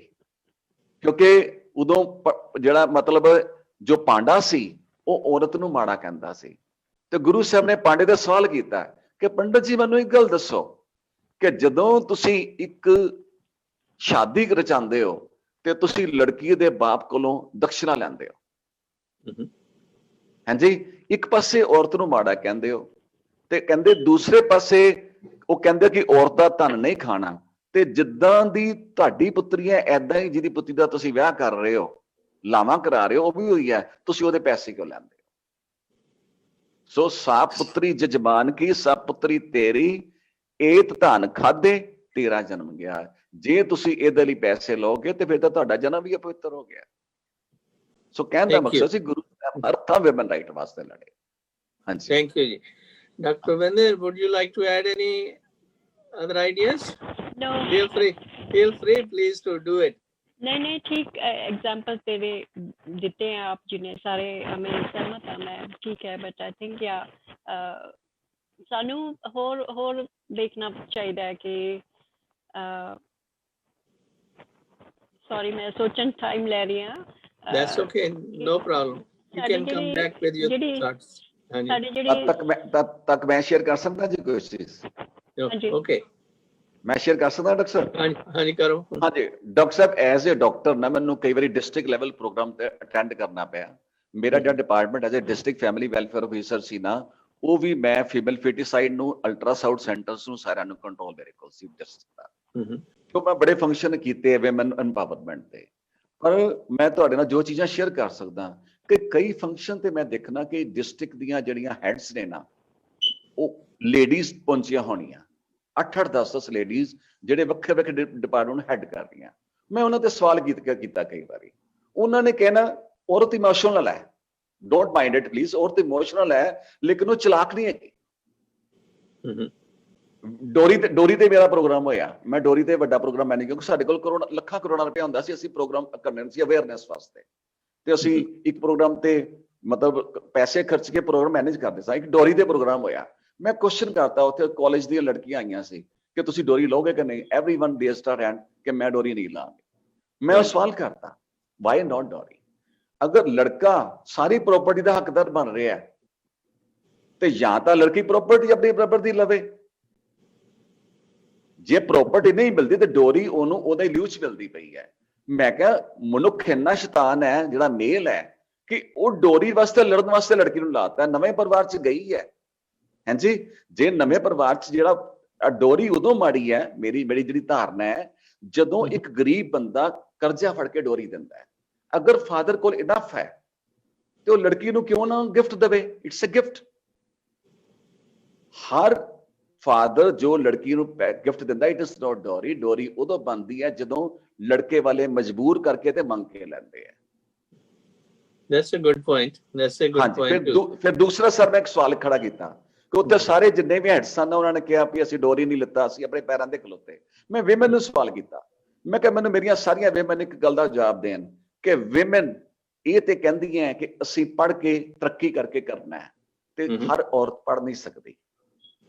एक मेल ते अनपढ़ ते बिल्कुल जिहड़ा कमजोर नलायक पुत्तर हैगा वो सारी प्यो दी प्रॉपर्टी संभाल लैंदा है, ते लड़की की कर पढ़ के ही उहनूं करेगी, उहनूं भी अपनी प्रॉपर्टी दा राइट मिलना चाहिए। लड़की मंगदी नहीं, यह लड़की दी जिहड़ी कह लो इमोशन कह लो, ओदी फीलिंग्स कह लो, पर ये मैं उन्होंने इनकरेज करदा कि लड़की नूं अपना प्रॉपर्टी दा राइट मंगना चाहिए। It's a good point. Sometime for more discussion later on. हाँ जी सर, हाँ जी सर। ज्ञानी धर्म Singh ji, would you like to add anything? मैं भैन जी डॉक्टर भैन जी होरां ने क्या सी भी बाणी पढ़दे बहुत है सिख, ਤੇ ਮੈਨੂੰ ਉਦੋਂ ਦੀਆਂ ਮਨ 'ਚ ਨਾ ਕੁਝ ਪੰਕਤੀਆਂ ਜਿਹੜੀਆਂ ਉਹ ਘੁੰਮੀ ਜਾ ਰਹੀਆਂ ਸੀਗੀਆਂ ਕਿ ਬਾਣੀ 'ਚ ਅਸੀਂ ਇਹ ਤੇ ਪੜ੍ਹਦੇ ਹਾਂ ਕਿ ਆਇਓ ਸੁਣਨ ਪੜ੍ਹਨ ਕਹੋ ਬਾਣੀ, ਕਿ ਅਸੀਂ ਆਏ ਹੀ ਬਾਣੀ ਪੜ੍ਹਨ ਵਾਸਤੇ। ਮੈਂ ਗੁਰਬਾਣੀ ਆਧਾਰ ਹੈ, ਗੁਰਬਾਣੀ ਲਾਗ ਰਹਾਉ। ਪਰ ਨਾਲ ਦੀ ਨਾਲ ਗੁਰੂ ਸਾਹਿਬ ਜੀ ਨੇ ਬੜੇ ਥਾਵਾਂ ਤੇ ਐਸਾ ਜ਼ਿਕਰ ਕੀਤਾ ਕਿ ਪੜ੍ਹਿਆ ਨਹੀਂ ਭੇਦ ਬੁੱਝਿਆ ਪਾਵਣਾ, ਕਿ ਕੱਲਾ ਪੜ੍ਹਨ ਨਾਲ ਨਹੀਂ, ਜਿਹੜਾ ਅਸੀਂ ਪੜ੍ਹ ਰਹੇ ਹਾਂ ਉਹਦਾ ਭੇਤ ਜਿਹੜਾ ਆ ਉਹਨੂੰ ਬੁੱਝ ਕੇ ਉਹਨੂੰ ਸਮਝ ਕੇ ਜੀਵਨ 'ਚ ਧਾਰਨ ਕੀਤਿਆਂ ਹੀ ਅਸੀਂ ਪ੍ਰਾਪਤੀ ਕਰ ਸਕਦੇ ਹਾਂ। ਭਗਤ ਕਬੀਰ ਜੀ ਦਾ ਵੀ ਆ ਇੱਕ ਕਿਆ ਪੜ੍ਹੀਐ ਕਿਆ ਗੁਨੀਐ, ਕਿਆ ਵੇਦ ਪੁਰਾਣਾ ਸੁਣੀਐ, ਪੜ੍ਹੇ ਸੁਣੇ ਕਿਆ ਹੋਈ, ਜੋ ਸਹਿਜ ਨਾ ਮਿਲਿਓ ਸੋਈ। ਚੌਥੇ ਪਾਤਸ਼ਾਹ ਜੀ ਦਾ ਵੀ ਇੱਕ ਬਚਨ ਬੜਾ ਪਿਆਰਾ ਕਿ ਸੇਵਕ ਸਿੱਖ ਪੂਜਨ ਸਭ ਆਵੈ, ਸਭ ਗਾਵੈ, ਹਰ ਹਰ ਊਤਮ ਬਾਣੀ, ਗਾਵਿਆ ਸੁਣਿਆ ਤਿਨ ਕਾ ਹਰ ਥਾਏ ਪਾਵੈ, ਜਿਨ ਸਤਿਗੁਰ ਕੀ ਆਗਿਆ ਸਤ ਸਤ ਕਰ ਮਾਨੀ। ਤੇ ਇੱਕ ਗੱਲ ਹੋਰ ਚੱਲੀ ਸੀ ਗੁਰੂ ਸਾਹਿਬ ਦੇ ਦਰਸ਼ਨਾਂ ਦੀ, ਤੇ ਦਰਸ਼ਨ ਅਸੀਂ ਸਮਝਦੇ ਹਾਂ ਕਿ ਏਦਾਂ ਇਹਨਾਂ ਅੱਖਾਂ ਦੇ ਨਾਲ ਹੀ, ਪਰ ਗੁਰੂ ਜੀ ਕਹਿੰਦੇ ਕਿ ਸਤਿਗੁਰ ਨੂੰ ਸਭ ਕੁਝ ਦੇਖਦਾ ਜੇਤਾ ਜਗਤ ਸੰਸਾਰ, ਡਿਠੈ ਮੁਕਤ ਨਾ ਹੋਵੇ ਜੇ ਚਿਰ ਸ਼ਬਦ ਨਾ ਕਰੇ ਵਿਚਾਰ। ਸੋ ਬਾਣੀ ਨੂੰ ਪੜ੍ਹਨਾ ਥੋੜਾ ਪੜ੍ਹ ਲਵੇ ਭਾਵੇਂ, ਪਰ ਉਹਨੂੰ ਪੜ੍ਹੇ ਵਿਚਾਰੇ ਤੇ ਆਪਣੇ ਜੀਵਨ 'ਚ ਦੇਖੇ ਕਿ ਮੈਂ ਧਾਰਨ ਕੀਤਾ ਕਿ ਨਹੀਂ, ਤਾਂ ਸਾਡਾ ਪਾਰ ਉਤਾਰਾ ਹੋ ਸਕਦਾ। Thank you, Gyani ji. Dr. Pravinder, ਤੁਸੀਂ I know you have to go. If there's a last word you want to say, please do. ਬਹੁਤ ਬਹੁਤ ਧੰਨਵਾਦ ਸਾਰਿਆਂ ਦਾ ਕਿ ਆਪ ਜੀ ਨੇ ਮੈਨੂੰ ਮੌਕਾ ਦਿੱਤਾ ਵਿਚਾਰ ਸਾਂਝੇ ਕਰਨ ਦਾ। ਤੇ ਬਸ ਵਾਹਿਗੁਰੂ ਜੀ ਕਾ ਖਾਲਸਾ, ਵਾਹਿਗੁਰੂ ਜੀ ਕੀ ਫਤਿਹ। We hope you can come in the future also participate in these programs. Really appreciate that. Okay. Thank you for coming. Waheguru ji Khalsa, Waheguru ਫਤਿਹ। ਹਾਂਜੀ, ਪਾਟਿਆ ਸਾਹਿਬ, ਤੁਸੀਂ anything you would like to add? First of all, for clarification, with due respect to Dr. Kulwinder Singh ji, ਉਹਨਾਂ ਨੇ ਜੋ ਕਿਹਾ ਨਾ ਕਰਤਾ ਪੁਰਖ, ਉਹਦੇ ਚ ਉਹਨਾਂ ਨੇ ਪੁਰਖ ਨੂੰ ਮੇਲ ਦੇ ਤੌਰ ਤੇ ਇਸ ਨੂੰ ਸਮਝਿਆ ਹੈ। ਇਹ ਪੁਰਖ ਦਾ ਇਹ ਮਤਲਬ ਹੀ ਨਹੀਂ ਹੈ। ਪੁਰਖ ਡਾਕਟਰ ਸਾਹਿਬ ਨੂੰ ਪਤਾ ਹੈ, ਮੈਂ ਜੋ ਟ੍ਰਾਂਸਲੇਸ਼ਨ ਕੀਤੀ ਸੀ, ਪੁਰਖ ਸੰਸਕ੍ਰਿਤ ਦਾ ਵਰਡ ਹੈ ਜਿਹੜਾ ਕਿ ਮਤਲਬ ਇਹ ਹੁੰਦਾ ਕਿ ਜਿਹੜਾ ਕਿ ਵਿੱਚ ਆਪ ਹੁੰਦਾ ਹੈ, which resides in it, which dwells inside. That ਜਿਹੜਾ ਪਰਮਾਤਮਾ ਹੈ ਜਾਂ ਉਹ ਅਕਾਲ ਪੁਰਖ ਹੈ, ਉਹ ਕ੍ਰੀਏਸ਼ਨ ਵੀ ਹੈ, ਉਹ ਕ੍ਰੀਏਸ਼ਨ ਦੇ ਵਿੱਚ ਵੀ ਹੈ। He is both transcendental and immanent. Immanent means he is just within the creation. ਜਿਵੇਂ ਕਿ ਮੈਂ ਐਗਜ਼ਾਮਪਲ ਦਿੱਤੀ ਸੀ ਕਿ ਇੱਕ ਟਰੀ ਹੁੰਦਾ ਹੈ, ਟਰੀ ਦਾ ਫਲ ਲੱਗਦਾ ਹੈ, ਫਲ ਦੇ ਅੰਦਰ ਬੀਜ ਹੁੰਦਾ ਹੈ, ਬੀਜ ਦੇ ਅੰਦਰ ਪੂਰਾ ਟਰੀ ਹੁੰਦਾ ਹੈ। ਇੱਕ ਕਰੂਡ ਐਗਜ਼ਾਮਪਲ ਹੈ। ਸੋ ਜੋ ਕ੍ਰੀਏਟਿਵ ਪਾਵਰ ਹੈ, ਜੋ ਯੂਨੀਵਰਸਲ ਕ੍ਰੀਏਟਿਵ ਪਾਵਰ ਜੋ ਅਕਾਲ ਪੁਰਖ ਹੈ, ਉਹ ਉਹਦੇ ਆਪਣੇ ਕ੍ਰੀਏਸ਼ਨ ਦੇ ਵਿੱਚ ਹੀ ਹੈ। ਉਹ ਪੁਰਖ ਦਾ ਇਹ ਮਤਲਬ ਹੈ, ਸੰਸਕ੍ਰਿਤ ਦਾ ਮਤਲਬ ਹੈ that which dwells in. ਸੋ ਇੱਥੇ ਪੁਰਖ ਦਾ ਮਤਲਬ ਜੋ ਹੈ ਮੇਲ ਤੋਂ ਨਹੀਂ ਹੈ, ਔਰ ਉਸ ਫਾਊਂਡੇਸ਼ਨਲ ਪ੍ਰਿੰਸੀਪਲ ਹੈ ਜਿਹੜਾ ਕਿ ਸ੍ਰਿਸ਼ਟੀ ਦੇ ਵਿਚਕਾਰ ਆਪ ਹੀ ਵਸਿਆ ਹੋਇਆ, ਇਹ ਮਤਲਬ ਹੈ। ਹਾਂ, ਕਈ ਥਾਂ ਤੇ ਦੂਸਰੀ ਜਗ੍ਹਾ ਪੁਰਖ ਦਾ ਮਤਲਬ ਜੋ ਆਰਡੀਨਰੀ ਲੈਂਗੁਏਜ ਵਿੱਚ ਹੈ ਮੇਲ ਪਰਸਨ, ਉਹ ਵੀ ਹੈ ਨਾਰ ਮੇ ਪੁਰਖਾ, ਪੁਰਖ ਮੇ ਨਾਰੀ, ਨਾਰ ਮੇ ਪੁਰਖਾ, ਉਸ ਵਕਤ ਉਸ ਵੇਲੇ ਫਿਰ ਮੇਲ ਦਾ ਆ ਜਾਂਦਾ ਹੈ। ਸੋ ਇਹ ਮਤਲਬ ਹੈ ਉੱਥੇ। ਤੇ ਬਾਕੀ ਜੋ ਬੇਸਿਕ ਗੱਲ ਤਾਂ ਇਹ ਜੀ, ਜਾਂ ਵੀਰ ਜੀ ਸਾਹਿਬ ਜੀ, ਆਪਨੇ ਭਾਈ ਸਾਹਿਬ ਜੀ ਨੇ ਜੋ ਗੁਰਬਾਣੀ ਚੋਂ ਪੜ੍ਹ ਕੇ ਦੱਸਿਆ ਹੈ, ਉਹ ਤਾਂ ਸਭ ਠੀਕ ਹੀ ਠੀਕ ਹੈ ਜੀ। ਜਿਸ ਤਰ੍ਹਾਂ ਭੈਣ ਜੀ ਨੇ ਕਹਿ ਰਹੀ ਸੀ, ਡਾਕਟਰ ਸਾਹਿਬ ਨੇ, ਕਿ ਵੀ ਜਦ ਤੱਕ ਅਸੀਂ ਪ੍ਰੈਕਟੀਕਲੀ, ਭਾਈ ਸਾਹਿਬ ਨੇ ਵੀ ਕਿਹਾ, ਜਦ ਤੱਕ ਅਸੀਂ ਆਪਣੀ ਪ੍ਰੈਕਟੀਕਲ ਲਾਈਫ ਵਿੱਚ ਨਹੀਂ ਲਿਆਵਾਂਗੇ, ਤਦ ਤੱਕ ਉਹਦਾ ਫਾਇਦਾ ਕੁਛ ਨਹੀਂ। ਉਹ ਤੇ ਜੋ ਬੰਦੇ ਨੇ ਆਪ ਗੁਰਬਾਣੀ ਯਾਦ ਕਰਕੇ ਘੋਟਾ ਲਗਾ ਕੇ ਪੜ੍ਹ ਲਈ, ਜਾ ਕੇ ਟੇਪ ਰਿਕਾਰਡਰ ਨੇ ਬੋਲ ਦਿੱਤੀ, ਉਹਦਾ ਕੋਈ ਫਰਕ ਨਹੀਂ ਹੈਗਾ। ਕਈ ਵਾਰੀ ਸੈਂਕੜੇ ਵਾਰੀ ਲੋਕਾਂ ਨੇ ਆਸਾ ਦੀ ਆਵਾਜ਼ ਸੁਣੀ ਹੈ, ਔਰ ਜੀ ਕਿਉਂਕਿ ਮੰਦਾ ਆਖੀਏ ਜਿਸ ਜਨਮੇ ਰਾਜਾਨ, ਲੇਕਿਨ ਕੋਈ ਨੂੰ ਪਤਾ ਹੀ ਨਹੀਂ ਕੀ ਲਿਖਿਆ ਹੈ, ਬਸ ਸੁਣ ਕੇ ਲੋ ਹਾਂ ਜੀ ਸਿਰ ਮਾਰ ਛੱਡਦੇ ਆ, ਆਪਣਾ ਖਾ ਪੀ ਕੇ ਚਲੇ ਆਉਂਦੇ। ਸੋ ਕਿਸੇ ਨੂੰ ਪਤਾ ਹੀ ਨਹੀਂ ਕੀ ਪੜ੍ਹਿਆ ਜਾ ਰਿਹਾ, ਉਹਦਾ ਮਤਲਬ ਕੀ ਹੈ, what's all this? Unless we internalize the Gurbani and its understanding, meaning and principles. Guru Nanak is a philosophy. It's not a religion. Is techniques. It's a philosophy. Guru Nanak is a school of thought. और school of thought तो समझते ही कोई नहीं। ਅਸੀਂ ਉਸ ਨੂੰ ਜਿਸ ਤਰ੍ਹਾਂ ਤੁਸੀਂ ਕਿਹਾ ਮੂਰਤੀ ਬਣਾ ਲਈਏ, ਇੱਕ ਰਿਚੁਅਲ ਬਣਾ ਲਿਆ ਹੈਗਾ। ਗੁਰਦੁਆਰੇ ਜਾਣਾ ਜੀ 10-15 ਮਿੰਟ ਪਹਿਲੇ, ਲੰਗਰ ਜਦੋਂ ਸ਼ੁਰੂ ਹੋਣ ਤੋਂ 15 ਮਿੰਟ ਪਹਿਲੇ ਚਲੇ ਗਏ, ਪ੍ਰਸ਼ਾਦ ਲੈ ਕੇ ਲੰਗਰ ਖਾ ਕੇ ਘਰ ਚਲੇ ਆਏ। ਸੋ ਗੁਰੂ ਗ੍ਰੰਥ ਸਾਹਿਬ ਜੀ, ਗੁਰੂ ਮਹਾਰਾਜ ਦੇ ਗ੍ਰੰਥ ਸਾਹਿਬ ਦੇ ਰੁਮਾਲੇ ਪਾਏ ਜਾਂਦੇ ਨੇ, ਢੇਰਾਂ ਢੇਰ ਬੋਰਿਆਂ ਦੇ ਬੋਰੇ, huge bags of rumalas are sitting in the gurdwaras doing nothing. ਉਹਨਾਂ ਨੂੰ ਗਾਰਬੇਜ ਵਿੱਚ ਸੁੱਟਿਆ ਜਾਂਦਾ ਹੈ, ਗਾਰਬੇਜ ਵਿੱਚ ਸੁੱਟੇ ਜਾਂਦੇ, ਟਰੱਕਾਂ ਟਰੱਕ ਭਰ ਕੇ। which is so sad। ਇੱਕ ਇੰਟਰਸਟਿੰਗ ਗੱਲ ਮੈਨੂੰ ਯਾਦ ਆਈ, ਜਦੋਂ ਨਵਾਂ ਰੁਮਾਲਾ ਚੜਾਉਂਦੇ ਆ ਨਾ, ਲੋਕ ਕਹਿੰਦੇ ਆ ਜੀ ਆਹ ਸ਼ਬਦ ਜ਼ਰੂਰ ਪੜ੍ਹਨਾ, ਪ੍ਰੇਮ ਪਟੋਲਾ ਸਤਿਗੁਰ ਦਿੱਤਾ ਟਕਨ ਕੋ।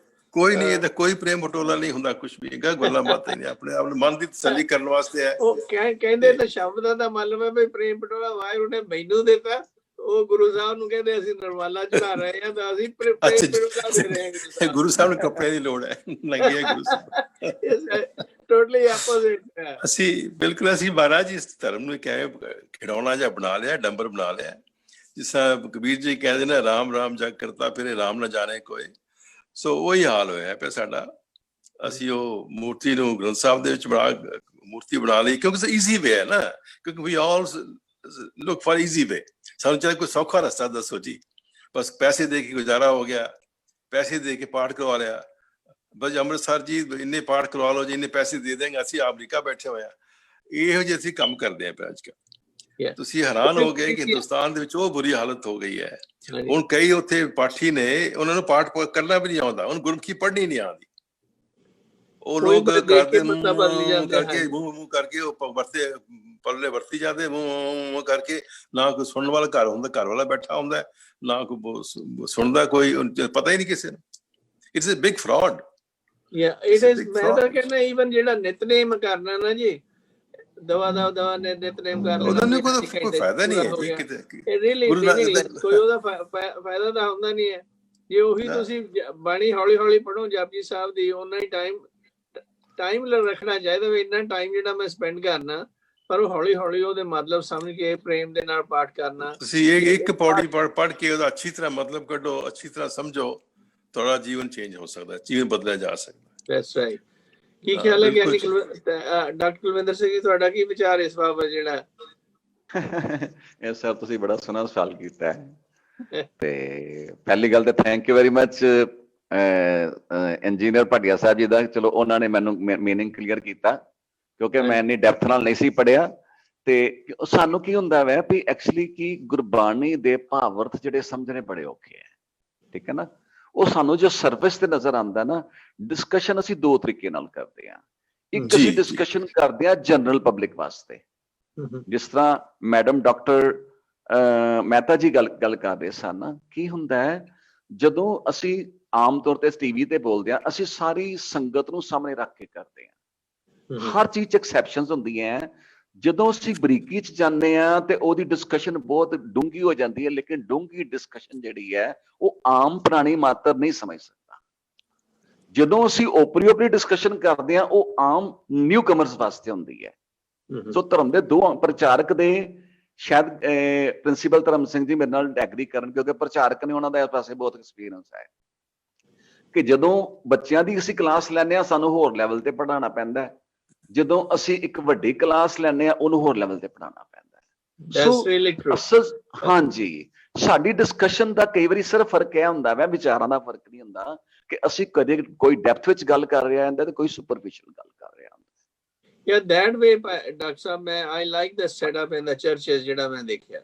ਉੱਥੇ ਕਿਵੇਂ ਹੈ, ਹਰ ਚਰਚ ਦੇ ਵਿੱਚ ਕਲਾਸਰੂਮ ਆ ਬੱਚਿਆਂ ਦੀ ਕਲਾਸ ਨਰਸਰੀ ਦੀ ਹੈ, ਕੀ ਆ ਜਿਹੜੇ ਐਲੀਮੈਂਟਰੀ ਸਕੂਲ ਦੇ ਬੱਚਿਆਂ ਦੀ ਹੈ, ਮਿਡਲ ਸਕੂਲ ਵਾਲਿਆਂ ਦੀ ਆ ਜਿਹੜੀ ਹਾਈ ਸਕੂਲ ਵਾਲਿਆਂ ਦੀ, ਕਾਲਜ ਵਾਲਿਆਂ ਦੀਆਂ, ਜਿਹੜੀਆਂ ਕਲਾਸਾਂ ਨੇ ਅਡਲਟਸ ਦੇ ਲਈ ਨੇ, ਹਾਂਜੀ। ਜਿਹੜੀਆਂ ਨੇ ਜਿਹੜੇ ਲੋਕ ਫਰਜ਼ ਕਰੋ ਮੈਰੀਟਲ ਇਸ਼ੂਜ਼ ਦੇ ਵਿੱਚ ਹੀ ਜਾ ਰਹੇ ਨੇ, ਜਾਂ ਕੋਈ ਹੋਰ ਇਸ ਤਰ੍ਹਾਂ ਦੀਆਂ ਪ੍ਰੋਬਲਮ ਨੇ, ਜਾਂ ਬਿਮਾਰੀਆਂ ਦਾ, ਇਸ ਤਰ੍ਹਾਂ ਅਲੱਗ-ਅਲੱਗ ਦੀਆਂ ਕਲਾਸਾਂ ਲੱਗਦੀਆਂ ਨੇ ਉਹਨਾਂ ਦੀਆਂ। ਇਹ ਨਹੀਂ ਹੈ ਕਿ ਵੀ ਸਾਰਿਆਂ ਨੂੰ ਇੱਕੋ ਹੀ ਗੱਲ। ਪਰ ਜਿਹੜਾ ਉਹਨਾਂ ਦਾ ਜਨਰਲ ਸਰਮਨ ਹੁੰਦਾ, ਉਹ ਹੁੰਦਾ ਹੈਗਾ ਜਨਰਲੀ ਡਾਇਰੈਕਟ, ਪਰ ਉਹਦੀਆਂ ਕਲਾਸਿਸ ਨੇ ਉਹ ਸਪੈਸ਼ਲ ਐਸਪੈਕਟ ਜਿਹੜੇ ਉਹਨਾਂ ਨੂੰ ਰਿਵਿਊ ਕਰਦੀਆਂ ਨੇ। ਕੀ ਖਿਆਲ ਹੈ ਗਿਆਨੀ ਧਰਮ ਸਿੰਘ ਜੀ, ਸਾਡੇ ਕਿਉਂ ਨਹੀਂ ਇਸ ਤਰ੍ਹਾਂ ਦੀਆਂ ਚੀਜ਼ਾਂ ਸ਼ੁਰੂ ਹੁੰਦੀਆਂ? ਆਪ ਜੀ ਦੀ ਗੱਲ ਬਿਲਕੁਲ ਸਹੀ ਆ ਵੀ ਜਿਸ ਲੈਵਲ ਹਰ ਇੱਕ ਮਨੁੱਖ ਦਾ ਅਲੱਗ-ਅਲੱਗ ਆ, ਉਹਦਾ ਗਿਆਨ, ਉਹਦੀ ਸਮਝ ਸੂਝ ਅਲੱਗ-ਅਲੱਗ ਆ।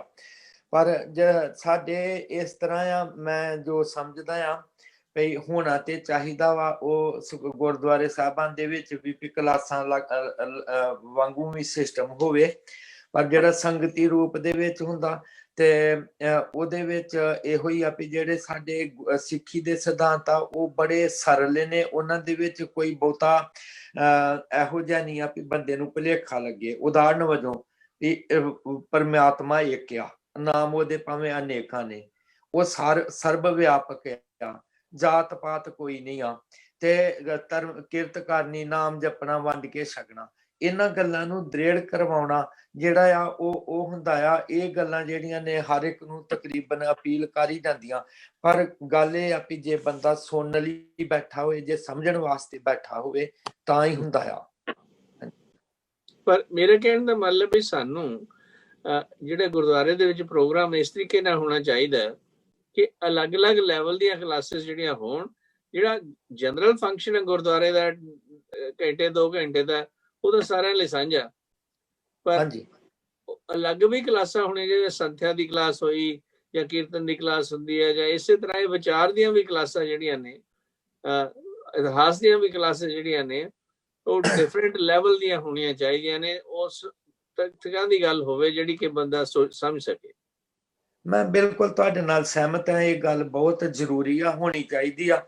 ਪਰ ਜਿਹੜਾ ਅੱਜ ਕੱਲ ਦਾ ਸਿਸਟਮ ਬਣ ਚੁੱਕਾ ਆ ਕਿ ਇੰਨੇ ਵਜੇ ਲੰਗਰ ਖੁੱਲਣਾ, ਇੰਨੇ ਵਜੇ ਦੀਵਾਨ ਸ਼ੁਰੂ ਹੋਣਾ, ਤੇ ਉਹ ਅੱਧੀ ਸੰਗਤ ਤੇ ਜਿਹੜੀ ਆ, ਖਿਮਾ ਕਰਨਾ, ਸੰਗਤ ਨੂੰ ਨਹੀਂ ਇਹ ਕਿਹਾ ਜਾ ਸਕਦਾ, ਅੱਧੇ ਲੋਕ ਕਿਹਾ ਜਾ ਸਕਦਾ ਵੀ ਆਉਂਦੇ ਖਾਣ ਪੀਣ ਵਾਸਤੇ ਆ, ਜਾਂ ਨਿੰਦਾ ਚੁਗਲੀਆਂ ਕਰਕੇ ਚੱਲ ਗਏ, ਥੋੜਾ ਚਿਰ ਮੱਥਾ ਟੇਕਾ। ਕਈ ਤੇ ਉੱਪਰ ਜਾਂਦੇ ਹੀ ਨਹੀਂ, ਮੈਂ ਲੰਗਰ 'ਚ ਬਹਿ ਕੇ ਉੱਥੇ ਗੱਲਾਂ ਕਰਕੇ ਚਾਹ ਪਾਣੀ ਪੀਤਾ, ਪਕੌੜੇ ਖਾਦੇ, ਉੱਪਰ ਦੀਵਾਨ ਚੱਲੀ ਜਾ ਰਿਹਾ, ਥੱਲੇ ਗੱਲਾਂ ਚੱਲੀ ਜਾ ਰਹੀਆਂ, ਮੁੜ ਕੇ ਉੱਥੇ ਲੰਗਰ ਛਕ ਕੇ ਤੇ ਪੰਗਤ 'ਚ ਏਦਾਂ ਦਾ ਵੀ ਹਾਲ ਦੇਖਿਆ ਜੀ।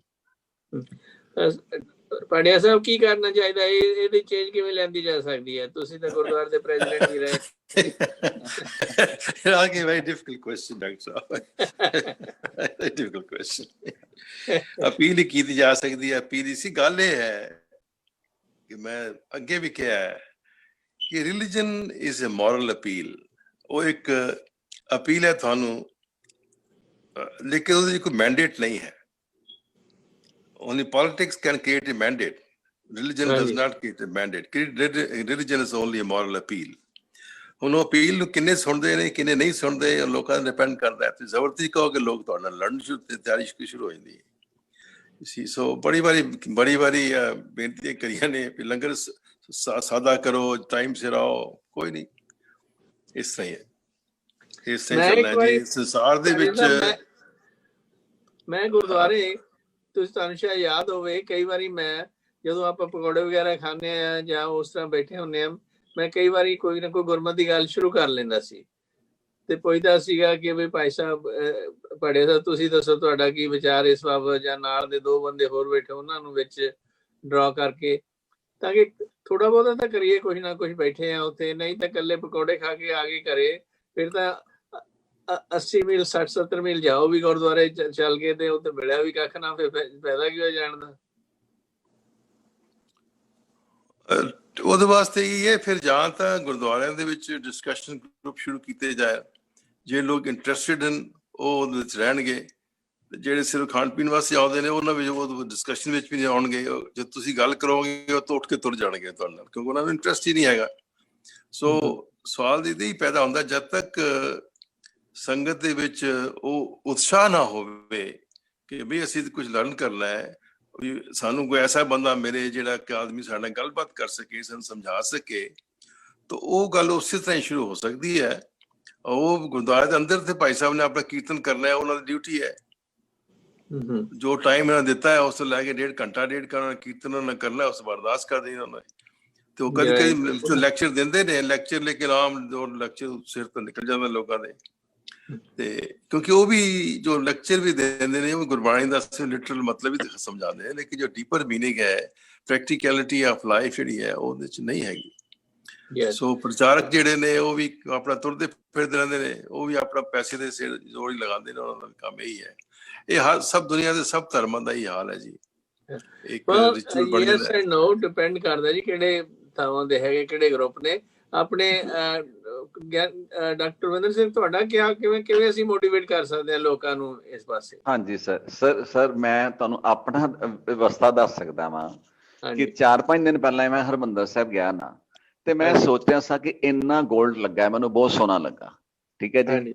ਪਿੱਛੇ ਗੁਰਪੁਰਬ ਆਇਆ ਸੀ ਤੇ ਉੱਥੇ ਕਈਆਂ ਨੇ ਸੋਨੇ ਦੀਆਂ ਕਈ ਚੀਜ਼ਾਂ ਭੇਟ ਕੀਤੀਆਂ, ਤੇ ਮੇਰੇ ਮਨ 'ਚ, ਕਿਉਂਕਿ ਅਕਸਰ ਇਹ ਸਵਾਲ ਜਦੋਂ ਉੱਠਦਾ ਤੇ ਮਨ 'ਚ ਸਵਾਲ ਤੇ ਆਉਂਦਾ ਹੀ ਹੈ ਕਿ ਇਹ ਠੀਕ ਹੈ ਕਿ ਕਿਸ ਤਰ੍ਹਾਂ ਹੈ, ਇਹਦੇ ਬਾਰੇ ਕੀ ਸੋਚਣਾ ਹੈ, ਕਿ ਵਾਕਈ ਸਾਨੂੰ ਸੋਨੇ ਦੇ ਮੰਦਿਰ ਚਾਹੀਦੇ ਹੈ। ਤੇ ਜੋ ਮੈਨੂੰ ਅੰਦਰੋਂ ਜਵਾਬ ਮਿਲਿਆ ਨਾ, ਉਹ ਜਵਾਬ ਮਿਲਿਆ ਕਿ ਸਿੱਖਾਂ ਦੀ ਅਲੱਗ-ਅਲੱਗ ਅਵਸਥਾ ਹੈ। ਉਹਨਾਂ ਨੂੰ ਆਪਣੀ ਆਪਣੀ ਅਵਸਥਾ 'ਚ ਇੱਕ ਸਿੱਖ ਗੁਰੂ ਨੂੰ ਸੋਨੇ ਦੀ ਪਾਲਕੀ ਚੜਾ ਕੇ ਖੁਸ਼ ਹੈ, ਕਿਉਂਕਿ ਉਹਨੂੰ ਪਰਮਾਤਮਾ ਨੇ ਪੈਸਾ ਬਹੁਤ ਦਿੱਤਾ ਹੈ। ਤੇ ਫਿਰ ਮੈਨੂੰ ਅੰਦਰੋਂ ਆਵਾਜ਼ ਆਈ ਕਿ there is nothing wrong, ਜੇ ਉਹਨੂੰ ਸੋਨੇ ਦੀ ਪਾਲਕੀ ਚੜਾ ਕੇ ਖੁਸ਼ੀ ਮਿਲ ਰਹੀ ਹੈ ਤੇ ਅਸੀਂ ਉਹਨੂੰ ਰੋਕ ਨਹੀਂ ਸਕਦੇ। ਕਿਉਂ? ਉਹਦੇ ਘਰ ਵੀ ਸੋਨੇ ਦੀਆਂ ਪਾਲਕੀਆਂ ਨੇ ਤੇ ਉਹ ਗੁਰੂ ਘਰ ਵੀ ਦੇਣੀ ਚਾਹੇਗਾ। ਜਿੱਦਾਂ ਮਹਾਰਾਜ ਰਣਜੀਤ ਸਿੰਘ ਸੀ, ਮਹਾਰਾਜ ਰਣਜੀਤ ਸਿੰਘ ਜੀ ਨੇ ਹੀ ਸੋਨੇ ਦੀ ਸੇਵਾ ਦਰਬਾਰ ਸਾਹਿਬ ਕਰਾਈ। ਸੋ ਰਾਜਾ, ਸਾਨੂੰ ਹਰ ਕਿਸੇ ਨੂੰ ਹਰ ਕਿਸੇ ਲੈਵਲ ਤੇ ਐਕਸੈਪਟ ਵੀ ਕਰਨਾ ਪਏਗਾ, ਤੇ ਨਾਲ ਦੇ ਨਾਲ ਜੋ ਤੁਸੀਂ ਸਵਾਲ ਕੀਤਾ ਹੈ ਕਿ ਅੱਗੇ ਚੱਲਣ ਵਾਸਤੇ ਉਹਨੂੰ ਮੋਟੀਵੇਟ ਵੀ ਕਰਨਾ ਪਏਗਾ। ਔਰ ਇਹ ਸਟੈਪ ਬਾय ਸਟੈਪ ਪ੍ਰੋਸੈਸ ਹੈ। ਜਿੱਦਾਂ ਗੁਰਬਾਣੀ ਦੀ ਪੰਕਤੀ ਮੈਂ ਸ਼ੇਅਰ ਕਰਾਂਗਾ, ਕਬੀਰ ਜੀ ਦਾ ਸ਼ਲੋਕ ਹੈ। ਕਬੀਰ ਜੀ ਕਹਿੰਦੇ ਨੇ, ਰਾਮ ਪਦਾਰਥ ਪਾਏ ਕੈ ਕਬੀਰਾ ਗਾਂਠ ਨਾ ਖੋ। ਉਹ ਕਹਿੰਦੇ ਜੇ ਤੈਨੂੰ ਗਿਆਨ ਤੇ ਅੰਦਰ ਨਾਮ ਦੀ ਪ੍ਰਾਪਤੀ ਹੋ ਗਈ ਤੇ ਹਰ ਕਿਸੇ ਅੱਗੇ ਤੂੰ ਪ੍ਰਚਾਰ ਕਰਨਾ ਨਾ ਸ਼ੁਰੂ ਕਰ ਦੇ। ਕਿਉਂ? ਨਹੀਂ ਪੱਟਣ, ਨਹੀਂ ਪਾਰਖੂ, ਨਹੀਂ ਗਾਹਕ, ਨਹੀਂ ਮੋਲ। ਕਹਿੰਦੇ ਇਹਦੇ ਗਾਹਕ ਬਹੁਤੇ ਨਹੀਂ ਹੈਗੇ। ਜਿਹੜੀ ਸਪਿਰਿਚੁਅਲਿਟੀ ਹੈ ਨਾ, ਇਹ ਬੜੀ ਹਾਈ ਕਲਾਸ ਹੈ, ਤੇ ਇਹ ਹਾਈ ਕਲਾਸ ਨੂੰ ਹਰ ਬੰਦਾ ਗ੍ਰਹਿਣ ਨਹੀਂ ਕਰ ਸਕਦਾ। ਸੋ ਇਹ ਵੀ ਨਹੀਂ ਅਸੀਂ ਪ੍ਰਚਾਰ ਨਹੀਂ ਕਰਨਾ, ਪਰ ਹਰ ਥਾਂ ਤੇ ਅਸੀਂ ਪ੍ਰਚਾਰ ਨਹੀਂ ਕਰ ਸਕਦੇ। ਸੋ ਸਿਮਿਲਰਲੀ ਐਜ਼ ਏ ਪ੍ਰਚਾਰਕ ਜਦੋਂ ਅਸੀਂ ਸੋਚਦੇ ਹਾਂ ਨਾ, ਤੇ ਅਸੀਂ ਸਾਰਿਆਂ ਨੂੰ ਇੱਕ ਕਲਾਸ 'ਚ ਨਹੀਂ ਲਿਆ ਸਕਦੇ। ਜੋ ਮੇਰਾ ਵਿਊ ਹੈ ਕਿ ਸਾਨੂੰ ਜਿੱਦਾਂ ਡਿਫਰੈਂਟ ਕਲਾਸਿਸ 'ਚ ਉਹਨਾਂ ਨੂੰ ਕਰਨਾ ਪਏਗਾ, ਤੇ ਉਹਨੂੰ ਜਿੰਨਾ ਵੱਧ ਤੋਂ ਵੱਧ ਪ੍ਰਬੰਧ ਕਰ ਸਕੀਏ ਉਸ ਲੈਵਲ ਤੇ ਉਹਨੂੰ ਪੜ੍ਹਾਈਏ। ਲੇਕਿਨ ਅਸੀਂ ਕਿਸੇ ਨੂੰ ਗਲਤ ਨਹੀਂ ਕਹਿ ਸਕਦੇ। ਜੋ ਵੀ ਜਿਸ ਲੈਵਲ ਤੇ ਲੱਗਾ ਹੈ, ਚੰਗੀ ਗੱਲ ਹੈ, ਲੱਗਾ ਤੇ ਹੌਲੀ ਹੌਲੀ, ਕਿਉਂਕਿ ਅਸੀਂ ਆਪਣੇ 20 ਸਾਲ ਪੁਰਾਣੀ ਅਵਸਥਾ ਵੇਖੀਏ, 40 ਸਾਲ ਪੁਰਾਣੀ ਅਵਸਥਾ ਵੇਖੀਏ, ਤੇ ਅਸੀਂ ਵੀ। ਹਾਂਜੀ ਪ੍ਰਿੰਸੀਪਲ ਸਾਹਿਬ, ਕਰੋ ਕਿਰਪਾ। ਤੁਸੀਂ ਜੋ ਕੁਝ ਕਿਹਾ ਨਾ, ਬਿਲਕੁਲ ਠੀਕ ਕਿਹਾ। ਇਹਦੇ 'ਚ ਕੋਈ ਦੋ ਰਾਏ ਨਹੀਂ ਕਿ ਜਿਹੜੀ ਸ਼ਰਧਾ ਤੇ ਭਾਵਨਾ ਆ ਉਹ ਹਰ ਇੱਕ ਦੀ ਵੱਖਰੀ ਵੱਖਰੀ ਆ, ਪਰ ਗੁਰੂ ਦੇ ਦਰਬਾਰ ਦੇ ਵਿੱਚੋਂ ਇਹ ਸੱਚ ਜਿਹੜਾ ਵਾ ਉਹ ਲੋਕਾਂ ਤੱਕ ਪਹੁੰਚਾਉਣਾ ਜਿਹੜਾ ਉਹ ਵੀ ਬੜਾ ਜ਼ਰੂਰੀ ਆ। ਭਗਤ ਕਬੀਰ ਜੀ ਦਾ ਇੱਕ ਹੈਗਾ ਬਚਨ, ਕਹਿੰਦੇ ਕੰਚਨ ਸਿਉ ਪਾਈਐ ਨਹੀਂ ਤੋਲ। ਆਪਣੇ ਬਰਾਬਰ ਤੋਲ ਕੇ ਵੀ ਜੇ ਕੋਈ ਸੋਨਾ ਦੇ ਦੇਵੇ ਤੇ ਤਾਂ ਵੀ ਕੁਛ ਨਹੀਂ ਪ੍ਰਾਪਤ ਹੁੰਦਾ। ਕੰਚਨ ਸਿਉ ਪਾਈਐ ਨਹੀਂ ਤੋਲ, ਤੇ ਫਿਰ ਕੀ ਕਰਨਾ ਚਾਹੀਦਾ? ਮਨ ਦੇ ਰਾਮ ਲਿਆ ਹੈ ਮਨ, ਕਿ ਮਨ ਦੇਣਾ ਆ ਜਿਹਦੀ ਅਸੀਂ ਗੱਲ ਕਰ ਰਹੇ।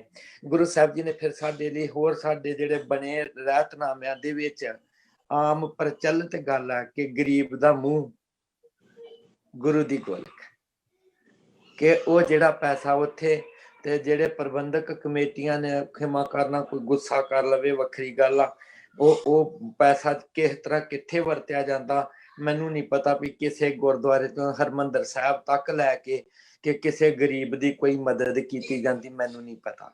ਗਰੀਬ ਸਿੱਖਾਂ ਦੀ ਮਦਦ ਕਰਨੀ ਆ। ਆਪਣੇ ਗੁਆਂਢ 'ਚ ਬੰਦਾ ਭੁੱਖਾ ਹੋਵੇ, ਗੁਆਂਢ ਦੇ ਵਿੱਚ ਕਿਸੇ ਧੀ ਦਾ ਵਿਆਹ ਹੋਣ ਵਾਲਾ ਹੋਵੇ, ਤੇ ਮਾਂ ਪਿਓ ਚਿੰਤਾ ਦੇ ਵਿੱਚ ਰਾਤਾਂ ਨੂੰ ਸੌਣ ਨਾ, ਕਿ ਹੈ ਨਹੀਂ ਕੁਛ ਕੋਲ, ਤੇ ਉੱਥੇ ਕਾਹਦੀ ਸਿੱਖੀ ਆ? ਇਸ ਕਰਕੇ ਗੁਰੂ ਦੇ ਦਰ ਤੇ ਉਹ ਪਹੁੰਚਦਾ ਜਿਹੜਾ ਗੁਰੂ ਦੇ ਸਿੱਖਾਂ ਦੇ ਪਹੁੰਚਦਾ। ਹਾਂਜੀ, that's a very important point. ਬਿਲਕੁਲ ਠੀਕ ਹੈ ਜੀ। ਹਾਂਜੀ, 10ਵੇਂ ਪਾਤਸ਼ਾਹ ਨੇ ਵੀ ਕਿਹਾ ਇੱਕ ਥਾਂ, ਜਦੋਂ ਹੈ ਇਨਹੀ ਕੀ ਕਿਰਪਾ ਕੇ ਸਜੇ ਹਾਂ ਨਹੀਂ ਮੁਝਸੇ ਗਰੀਬ ਕਰੋੜ ਭਰੇ, ਉਹ ਇਸ਼ਾਰਾ ਸੰਗਤ ਵਾਲੀ ਕਰ ਰਹੇ ਨੇ ਨਾ, ਵੀ ਇਹਨਾਂ ਦੀ ਕਿਰਪਾ ਦੇ ਨਾਲ ਹੀ ਮੈਂ ਯੁੱਧ ਜਿੱਤੇ, ਇਹਨਾਂ ਦੇ ਕਿਰਪਾ ਨਾਲ ਵਿਦਿਆ ਲਈ, ਇਹਨਾਂ ਦੇ ਸਾਰਾ ਕੁਝ ਕੀਤਾ, ਤੇ ਜੇ ਮੇਰੇ ਸਿਰ ਤੇ ਪੈਰਾਂ ਤੇ ਜੋ ਵੀ ਆ ਮੈਂ ਇਹਨਾਂ ਨੂੰ ਹੀ ਭੇਟ ਕਰਦਾ। ਹਾਂਜੀ, है ना ਗੱਲ किस ਤੇ तरह का शब्द ਇੱਕ ਗੱਲ ਹੋਰ ਇਤਿਹਾਸ ਦੇ ਵਿੱਚ ਸਾਖੀ ਆ ਕਿ हाँ जी ਇੱਕ ਜਦੋਂ ਮਸੰਦ ਸੀਗੇ ਵੱਖਰੇ ਵੱਖਰੇ ਇਲਾਕਿਆਂ 'ਚ ਭੇਜੇ ਤੇ ਉਹ ਜਿੱਥੇ ਪ੍ਰਚਾਰ ਕਰਦੇ ਸੀ ਉਹ ਦਸਵੰਧ ਦੀ ਕਾਰ ਭੇਟ ਵੀ ਗੁਰੂ ਕੇ ਦਰਬਾਰ 'ਚ ਸਿੱਖਾਂ ਕੋਲੋਂ ਲੈ ਕੇ ਪਹੁੰਚਾਉਂਦੇ ਸੀ ਤੇ ਉਹਨਾਂ ਦੇ ਵਿੱਚ ਇੱਕ ਭਾਈ ਫੇਰੂ ਸੀਗਾ ਜਿਹਨੇ ਇੱਕ ਪੈਸਾ ਵੀ ਜਮ੍ਹਾਂ ਨਹੀਂ ਸੀ ਕਰਾਇਆ। ਜਦੋਂ ਗੁਰੂ ਸਾਹਿਬ ਨੇ ਮਸੰਦਾਂ ਨੂੰ ਸਜ਼ਾਵਾਂ ਦਿੱਤੀਆਂ ਉਹਨਾਂ ਦੇ ਕਰੈਕਟਰ ਕਰਕੇ, ਉਹਨਾਂ ਦੀਆਂ ਸ਼ਿਕਾਇਤਾਂ ਸੁਣ ਕੇ, ਤੇ ਗੁਰੂ ਸਾਹਿਬ ਜੀ ਨੇ ਸੁਨੇਹੇ ਭੇਜੇ ਸੀ ਕਿ ਇਹਨਾਂ ਮਸੰਦਾਂ ਨੂੰ ਮਸ਼ਕਾਂ ਬੰਨ ਕੇ ਤੇ ਇਹਨਾਂ ਦੀਆਂ ਦਾੜੀਆਂ ਤੋਂ ਫੜ ਕੇ ਪੇਸ਼ ਕੀਤਾ ਜਾਏ ਤੇ ਸਾਰਿਆਂ ਨੂੰ ਕੀਤਾ ਗਿਆ। ਪਰ ਭਾਈ ਫੇਰੂ ਜਿਹੜੇ ਨੇ ਉਹਨਾਂ ਨੂੰ ਕੋਈ ਨਾ ਫੜੇ ਤੇ ਭਾਈ ਫੇਰੂ ਜੀ ਸਿੱਖਾਂ ਦੇ ਅੱਗੇ ਮਿੰਨਤਾਂ ਕਰਦੇ ਫਿਰਨ ਕਿ ਤੁਸੀਂ ਭਾਈ ਗੁਰੂ ਦਾ ਹੁਕਮ ਮੰਨੋ, ਮੇਰੀਆਂ ਮਸ਼ਕਾਂ ਬੰਨ ਕੇ ਮੇਰੀ ਦਾੜੀ ਫੜ ਕੇ ਤੇ ਗੁਰੂ ਦੇ ਦਰਬਾਰ 'ਚ ਪੇਸ਼ ਕਰੋ। ਕਿਸੇ ਨੇ ਹਿੰਮਤ ਨਹੀਂ ਕੀਤੀ ਤੇ ਫਿਰ ਉਹ ਆਪਣੀ ਦਾੜੀ ਆਪੇ ਹੀ ਫੜ ਕੇ ਤੇ ਇੱਕ ਹੱਥ ਪਿੱਛੇ ਕਰਕੇ ਜਿਵੇਂ ਬੱਧਾ ਹੁੰਦਾ ਗੁਰੂ ਸਾਹਿਬ ਦੇ ਚਰਨਾਂ 'ਚ ਪਹੁੰਚਿਆ। ਗੁਰੂ ਸਾਹਿਬ ਜੀ ਨੇ ਉਹਨੂੰ ਜੱਫੀ 'ਚ ਲਿਆ, ਉਹਨੂੰ ਮਾਣ ਦਿੱਤਾ ਤੇ ਕਿਹਾ ਭਾਈ ਫੇਰੂ ਤੇਰੀ ਸੱਚੀ ਦਾੜੀ।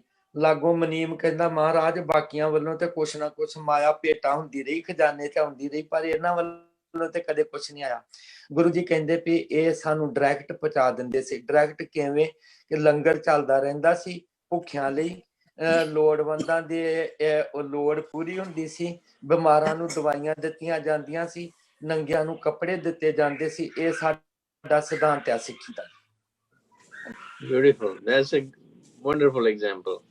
हाँ जी so चलो अपना हम टाइम हो गया जी. We will be it's a time to express any other ideas, anything else you like to say, because this is our last program regarding Guru Nanak series ਦੇ ਵਿੱਚ next program ਅਸੀਂ ਸ਼ੁਰੂ ਕਰ ਰਹੇ ਹਾਂ ਸ਼ਹੀਦੀਆਂ ਦਾ ਦੌਰ ਹੈ ਜੀ ਤੇ ਹਿਊਮਨ ਰਾਈਟਸ ਤੇ ਸ਼ਹੀਦੀਆਂ ਤੇ ਉਹਨਾਂ ਦੀ ਜਦੋਜਹਿਦ ਜਿਹੜੀ ਹੈ starting in December. Last word ਆਪਣੇ ਡਾਕਟਰ ਕੁਲਵਿੰਦਰ ਸਿੰਘ। ਹਾਂਜੀ ਬਸ ਠੀਕ ਹੈ ਜੀ, ਬਹੁਤ ਸੋਹਣਾ ਕਿਹਾ ਪ੍ਰਿੰਸੀਪਲ ਸਾਹਿਬ ਨੇ, ਜੋ ਆਈਡੀਅਲ ਗੱਲ ਕੀਤੀ ਹੈ ਕਿ ਵਾਕਿਆ ਹੋਣਾ ਤੇ ਇਦਾਂ ਹੀ ਚਾਹੀਦਾ ਹੈ। ਠੀਕ ਹੈ ਤੇ ਬਾਕੀ ਉਹ ਸਿਰਫ ਹੁੰਦਾ ਕਈ ਵਾਰੀ ਅਸੀਂ ਥੋੜੀ ਦੇ ਢਿੱਲ ਦੇ ਦਿੰਦੇ ਆ ਵੀ ਚਲੋ ਕੋਈ ਗੱਲ ਨਹੀਂ, ਜੇ ਕੋਈ ਥੋੜਾ ਵੀ ਕਰ ਰਿਹਾ ਤੇ ਚਲੋ ਕੁਛ ਤੇ ਕੁਛ ਕਰ ਗਿਆ। ਬਸ ਇੰਨਾ ਹੀ ਕਹਿਣਾ ਚਾਹਾਂਗੇ। Thank you very much. Pandya Sahib last word. ਜੀ ਮੈਂ ਕੁਝ ਕਹਿਣਾ ਚਾਹਾਂਗਾ। ਹਾਂਜੀ ਕਿਉਂਕਿ ਤੁਸੀਂ ਜੋ ਗੱਲ ਕੀਤੀ ਗੁਰਦੁਆਰਾ ਦੇ ਵਿੱਚ, ਅੱਜ ਦਾ ਮੇਨ ਟੌਪਿਕ ਜਿਹੜਾ ਸੀ ਉਹ ਸੀਗਾ ਕਿ violence against women and women rights and all. Problem ਇਹ ਹੈ ਕਿ ਸਾਡੀ ਸੁਸਾਇਟੀ ਵਿੱਚ ਵੀ ਘਰਾਂ ਵਿੱਚ ਵਾਇਲੈਂਸ ਹੁੰਦੀ ਹੈ ਵਿਮਨ ਦੇ ਅਗੇਂਸਟ, ਕਿਤੇ ਕਿਤੇ ਐਸੇ ਸੁਣੇ ਗਏ ਨੇ ਕੇਸ। ਔਰ ਅਸੀਂ ਸਾਡੀ ਜੋ ਸਿੱਖ ਕਮਿਊਨਿਟੀ ਹੈ ਇਸ ਤੋਂ ਵਾਂਝੀ ਨਹੀਂ ਹੈ, ਸਾਡੇ 'ਚ ਹੈਗੀ ਪ੍ਰੋਬਲਮ। ਤੋ ਮੇਰੇ ਖਿਆਲ ਦੇ ਨਾਲ ਗੁਰਦੁਆਰੇ ਦੇ ਵਿੱਚ ਇੱਕ ਐਸਾ ਗਰੁੱਪ ਕਹਿ ਲਓ ਜਾਂ ਇੰਡੀਵਿਜੂਅਲ ਕਹਿ ਦੇ ਨਾ, ਜਿਸ ਤਰ੍ਹਾਂ ਐਂਬੂਡਸਮੈਨ ਹੁੰਦੇ ਨੇ, ਐਸੀ ਛੋਟੇ ਜਿਹੇ ਹੋਣੇ ਚਾਹੀਦੀ ਇੱਕ ਛੋਟੀ ਕਮੇਟੀ ਜਿਹੜੇ ਕਿ ਕੌਨਫੀਡੈਂਸ਼ੀਅਲੀ ਕਿਸੇ ਦੀ ਕੋਈ ਸ਼ਿਕਾਇਤ ਹੋਵੇ, ਪਰਸਨਲ ਪ੍ਰੋਬਲਮ ਹੋਵੇ, ਉਹਨਾਂ ਤੱਕ ਪਹੁੰਚਾ ਸਕਣ ਔਰ ਤਾਂ ਕਿ ਫਿਰ ਉਹ ਫਿਰ ਇਸ ਮਾਮਲੇ ਤੇ ਕੋਈ ਸੋਚ ਵਿਚਾਰ ਕਰਕੇ ਉਹਨਾਂ ਨੂੰ ਉਹਨਾਂ ਦੀ ਹੈਲਪ ਕਰਨ। ਹੁੰਦਾ ਕੀ ਹੈ ਕਿ ਸਾਡੀ ਲੇਡੀਜ਼ ਜਿਹੜੀਆਂ ਨੇ ਸਪਰੈਸ ਰਹਿੰਦੀਆਂ ਨੇ, ਉਹਨਾਂ ਨੂੰ ਦਬਾਇਆ ਹੁੰਦਾ, ਉਹ ਡਰਦੀਆਂ ਬੋਲਦੀਆਂ ਨਹੀਂ, ਕਿਸੇ ਨਾਲ ਕਹਿ ਨਹੀਂ ਸਕਦੀਆਂ ਤੇ ਇਸ ਵਾਸਤੇ ਉਹਨਾਂ ਦਾ ਅਗੇਂਸਟ ਜੋ ਵਾਇਲੈਂਸ ਚਲਦੀ ਰਹਿੰਦੀ ਹੈ, ਉਹ ਸਹਿੰਦੀ ਰਹਿੰਦੀਆਂ ਨੇ। ਯਾਦ ਇਤਨੀਆਂ ਸਟਰੋਂਗ ਹੋਣ, ਇੰਨੀਆਂ ਤਕੜੀਆਂ ਹੋਣ, ਜਾਂ ਉਹਨਾਂ ਕੋਲ ਆਪਣਾ ਅੱਛੀ ਜੌਬ ਹੋਵੇ, ਅੱਛੀ ਨੌਕਰੀ ਹੋਵੇ, ਅੱਛਾ ਆਪਣਾ ਪੈਸਾ ਹੋਵੇ, ਆਪਣੇ ਪੈਰਾਂ 'ਤੇ ਖਲੋ ਸਕੇ, ਉਹ ਤਾਂ ਫਿਰ ਅੱਗੋਂ ਕੋਸ਼ਿਸ਼ ਕਰਦੀਆਂ ਆਪਣੇ ਆਪ ਨੂੰ ਬਚਾਉਣ ਵਾਸਤੇ। ਠੀਕ ਹੈ, ਜਿਹੜੀਆਂ ਇੰਨੀਆਂ ਤਕੜੀਆਂ ਨਹੀਂ ਹੈਗੀਆਂ ਉਹ ਵਿਚਾਰੀਆਂ ਸਹਿੰਦੀ ਰਹਿੰਦੀਆਂ। ਤੋ ਇਸ ਕਰਕੇ ਜਿਸ ਤਰ੍ਹਾਂ ਕਿ ਸਾਡੀ ਸੰਗਤ ਔਰਲੈਂਡੋ ਦੇ ਵਿੱਚ ਸਾਡੇ ਸਰਦਾਰ ਸਾਹਿਬ ਆਏ ਹੈਗੇ ਨੇ, ਉਹ ਨਿਊਯਾਰਕ ਵਿੱਚ ਲੌਂਗ ਆਈਲੈਂਡ ਜੱਜ ਸੀਗੇ। ਜੱਜ ਤੁਸੀਂ ਜਾਣਦੇ ਹੋ ਡਾਕਟਰ ਸਾਹਿਬ ਉਹਨਾਂ ਨੂੰ, ਔਰ ਉਹ ਫੈਮਿਲੀ ਲਾਅ ਦੇ ਅਟਰਨੀ ਵੀ ਹੈਗੇ ਨੇ, ਉਹ ਜੱਜ ਸੀ। ਔਰ ਐਸੀ ਸ਼ਖਸੀਅਤ ਸਭ ਜਗ੍ਹਾ ਹੋਣਗੀਆਂ, ਤਾਂ ਉਹਨਾਂ ਦੇ ਨੇਤਰਤਵ ਦੇ ਹੇਠ ਇੱਕ ਛੋਟੀ ਜਿਹੀ ਕਮੇਟੀ ਹਰ ਗੁਰਦੁਆਰੇ ਵਿੱਚ ਹੋਣੀ ਚਾਹੀਦੀ ਹੈ, ਜਿਹੜੀ ਕਿ ਜੋ ਸੰਗਤ ਦੇ ਅੰਦਰ ਇਹੋ ਜਿਹੀਆਂ ਪ੍ਰੋਬਲਮਸ ਹੈਗੀਆਂ ਉਹਨਾਂ ਨੂੰ ਉਹਨਾਂ ਦੀ ਸੁਣਵਾਈ ਹੋ ਸਕੇ। That's a good point. By the way, there's a Sikh family center ਇੱਕ ਸ਼ੁਰੂ ਹੋਇਆ ਹੈ ਜੀ ਕੈਲੀਫੋਰਨੀਆ ਦੇ ਵਿੱਚ। I think it's around Fresno and that area, ਜਿਹੜਾ ਕਿ ਐਡਵਾਈਸ ਕਰਦਾ ਹੈਗਾ in all the 50 states ਉਹਨਾਂ ਦੀ even ਟੋਲ ਫ੍ਰੀ ਲਾਈਨ ਵੀ ਹੈ, ਜੇ ਕਿਸੇ ਨੂੰ ਦੁੱਖ ਤਕਲੀਫ ਹੋਵੇ ਜੋ ਕਨਫੀਡੈਂਸ਼ਲੀ ਗੱਲਬਾਤ ਕਰਨਾ ਬਗੈਰ ਨਾਮ ਦੱਸੇ ਤੋਂ ਵੀ ਕਰ ਸਕਦੇ ਨੇ।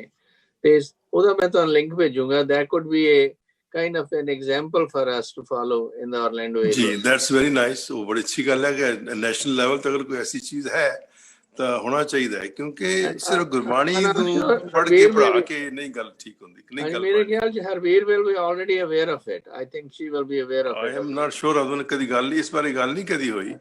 ਮੈਂ ਤੁਹਾਨੂੰ ਭੇਜਾਂਗਾ ਲਿੰਕ ਉਹਦਾ। ਹਾਂ, ਤੇ ਅਸੀਂ ਗੁਰਦੁਆਰੇ ਨੂੰ ਫਾਰਵਰਡ ਕਰਾਂਗੇ। ਹਾਂਜੀ, ਜਿਹੜੀ ਮੇਰੀ ਹੈ ਨਾ ਭਾਣਜੀ ਤੁਸੀਂ ਮਿਲੇ ਜਸਜੀਤ, ਉਹ ਚਾਰਲਸ ਸਾਈਕੈਟ੍ਰਿਸਟ, ਉਹ ਵੀ ਉਹਨਾਂ ਦੇ ਵਿੱਚ। ਹਾਂਜੀ, ਅੱਛਾ ਅੱਛਾ ਅੱਛਾ, ਹੋ ਸਕਦਾ, ਠੀਕ ਹੈ। ਸੋ ਭਾਵ ਇਹ ਹੈ ਕਿ ਦੇਖੋ ਖਾਲੀ ਗੁਰਬਾਣੀ ਦਾ ਵਿਚਾਰ ਲਗਾ ਕੇ ਲੋਕਾਂ ਨੂੰ ਸਿੱਖਿਆ ਦੇਣ ਦਾ ਕੰਮ ਜਿਹੜਾ ਨਾ ਉਹ ਚੱਲਦਾ ਰਹੀ ਜਦ ਤੱਕ ਪਿੱਛੇ ਥੋੜਾ ਬਹੁਤ ਕਾਨੂੰਨ ਦਾ ਡੰਡਾ ਨਾ ਹੋਵੇ। ਔਰ ਇਹ ਗੁਰਬਾਣੀਆਂ ਸ਼ਾਸਤਰ ਤੇ ਬਈ ਸਾਹਿਬ ਸਦੀਆਂ ਤੋਂ ਚੱਲੇ ਆ ਰਹੇ ਨੇ। ਇਹ ਨਹੀਂ ਕਿਸੇ ਸਿੱਖਾਂ 'ਚ ਹੋ ਰਿਹਾ ਜਾਂ ਹਿੰਦੂਆਂ 'ਚ ਹੋਇਆ ਹੈ, ਸਾਰੇ ਸੰਸਾਰ ਵਿੱਚ ਹੀ ਔਰਤਾਂ ਦੇ ਉੱਤੇ ਇੰਨਾ ਜ਼ੁਲਮ ਹੋਇਆ ਹੈ, ਕਿਸੇ ਨਾ ਕਿਸੇ ਤਰੀਕੇ ਦੇ ਨਾਲ ਉਹਨਾਂ ਨੂੰ ਦਬਾ ਕੇ ਰੱਖਿਆ ਗਿਆ ਹੈ। ਉਹ ਬਾਈਬਲ 2000 ਸਾਲ ਪੁਰਾਣੀ ਬਾਈਬਲ ਨੇ ਕਿੱਥੇ ਲਿਖਿਆ ਹੈ ਕਿ ਭਾਈ ਤੁਸੀਂ ਔਰਤਾਂ ਨੂੰ ਦਬਾ ਕੇ ਰੱਖ ਸਕਦੇ ਹੋ, ਜਾਂ ਹੋਰ ਵੀ ਦੂਜੇ ਗ੍ਰੰਥ ਜਿਹੜੇ ਹੈਗੇ ਨੇ। ਲੇਕਿਨ ਉੱਥੇ ਹੀ ਬੜੀ ਬੁਰੀ ਹਾਲਤ ਹੋਈ ਹੈ। ਤੁਹਾਨੂੰ ਯਾਦ ਹੈ Joan of Arc was burned alive, ਉਹਨਾਂ ਨੇ ਵਿਚਕਰਾਫਟ ਦੇ ਕੇ ਉਹ ਜੀ ਦਾਣਾ ਹੈਗੀਆਂ ਨੇ, ਕੁਝ ਸਭ ਕੁਝ ਤੁਹਾਨੂੰ ਪਤਾ ਹੀ ਹੈ। ਸੋ ਹਰ ਜਗ੍ਹਾ ਹਰ ਵੇਲੇ ਸਾਰੇ ਸੰਸਾਰ ਦੇ ਵਿੱਚ ਵੀ ਔਰਤ ਨੂੰ ਯੂਜ਼ ਕੀਤਾ ਗਿਆ because of her physical charm.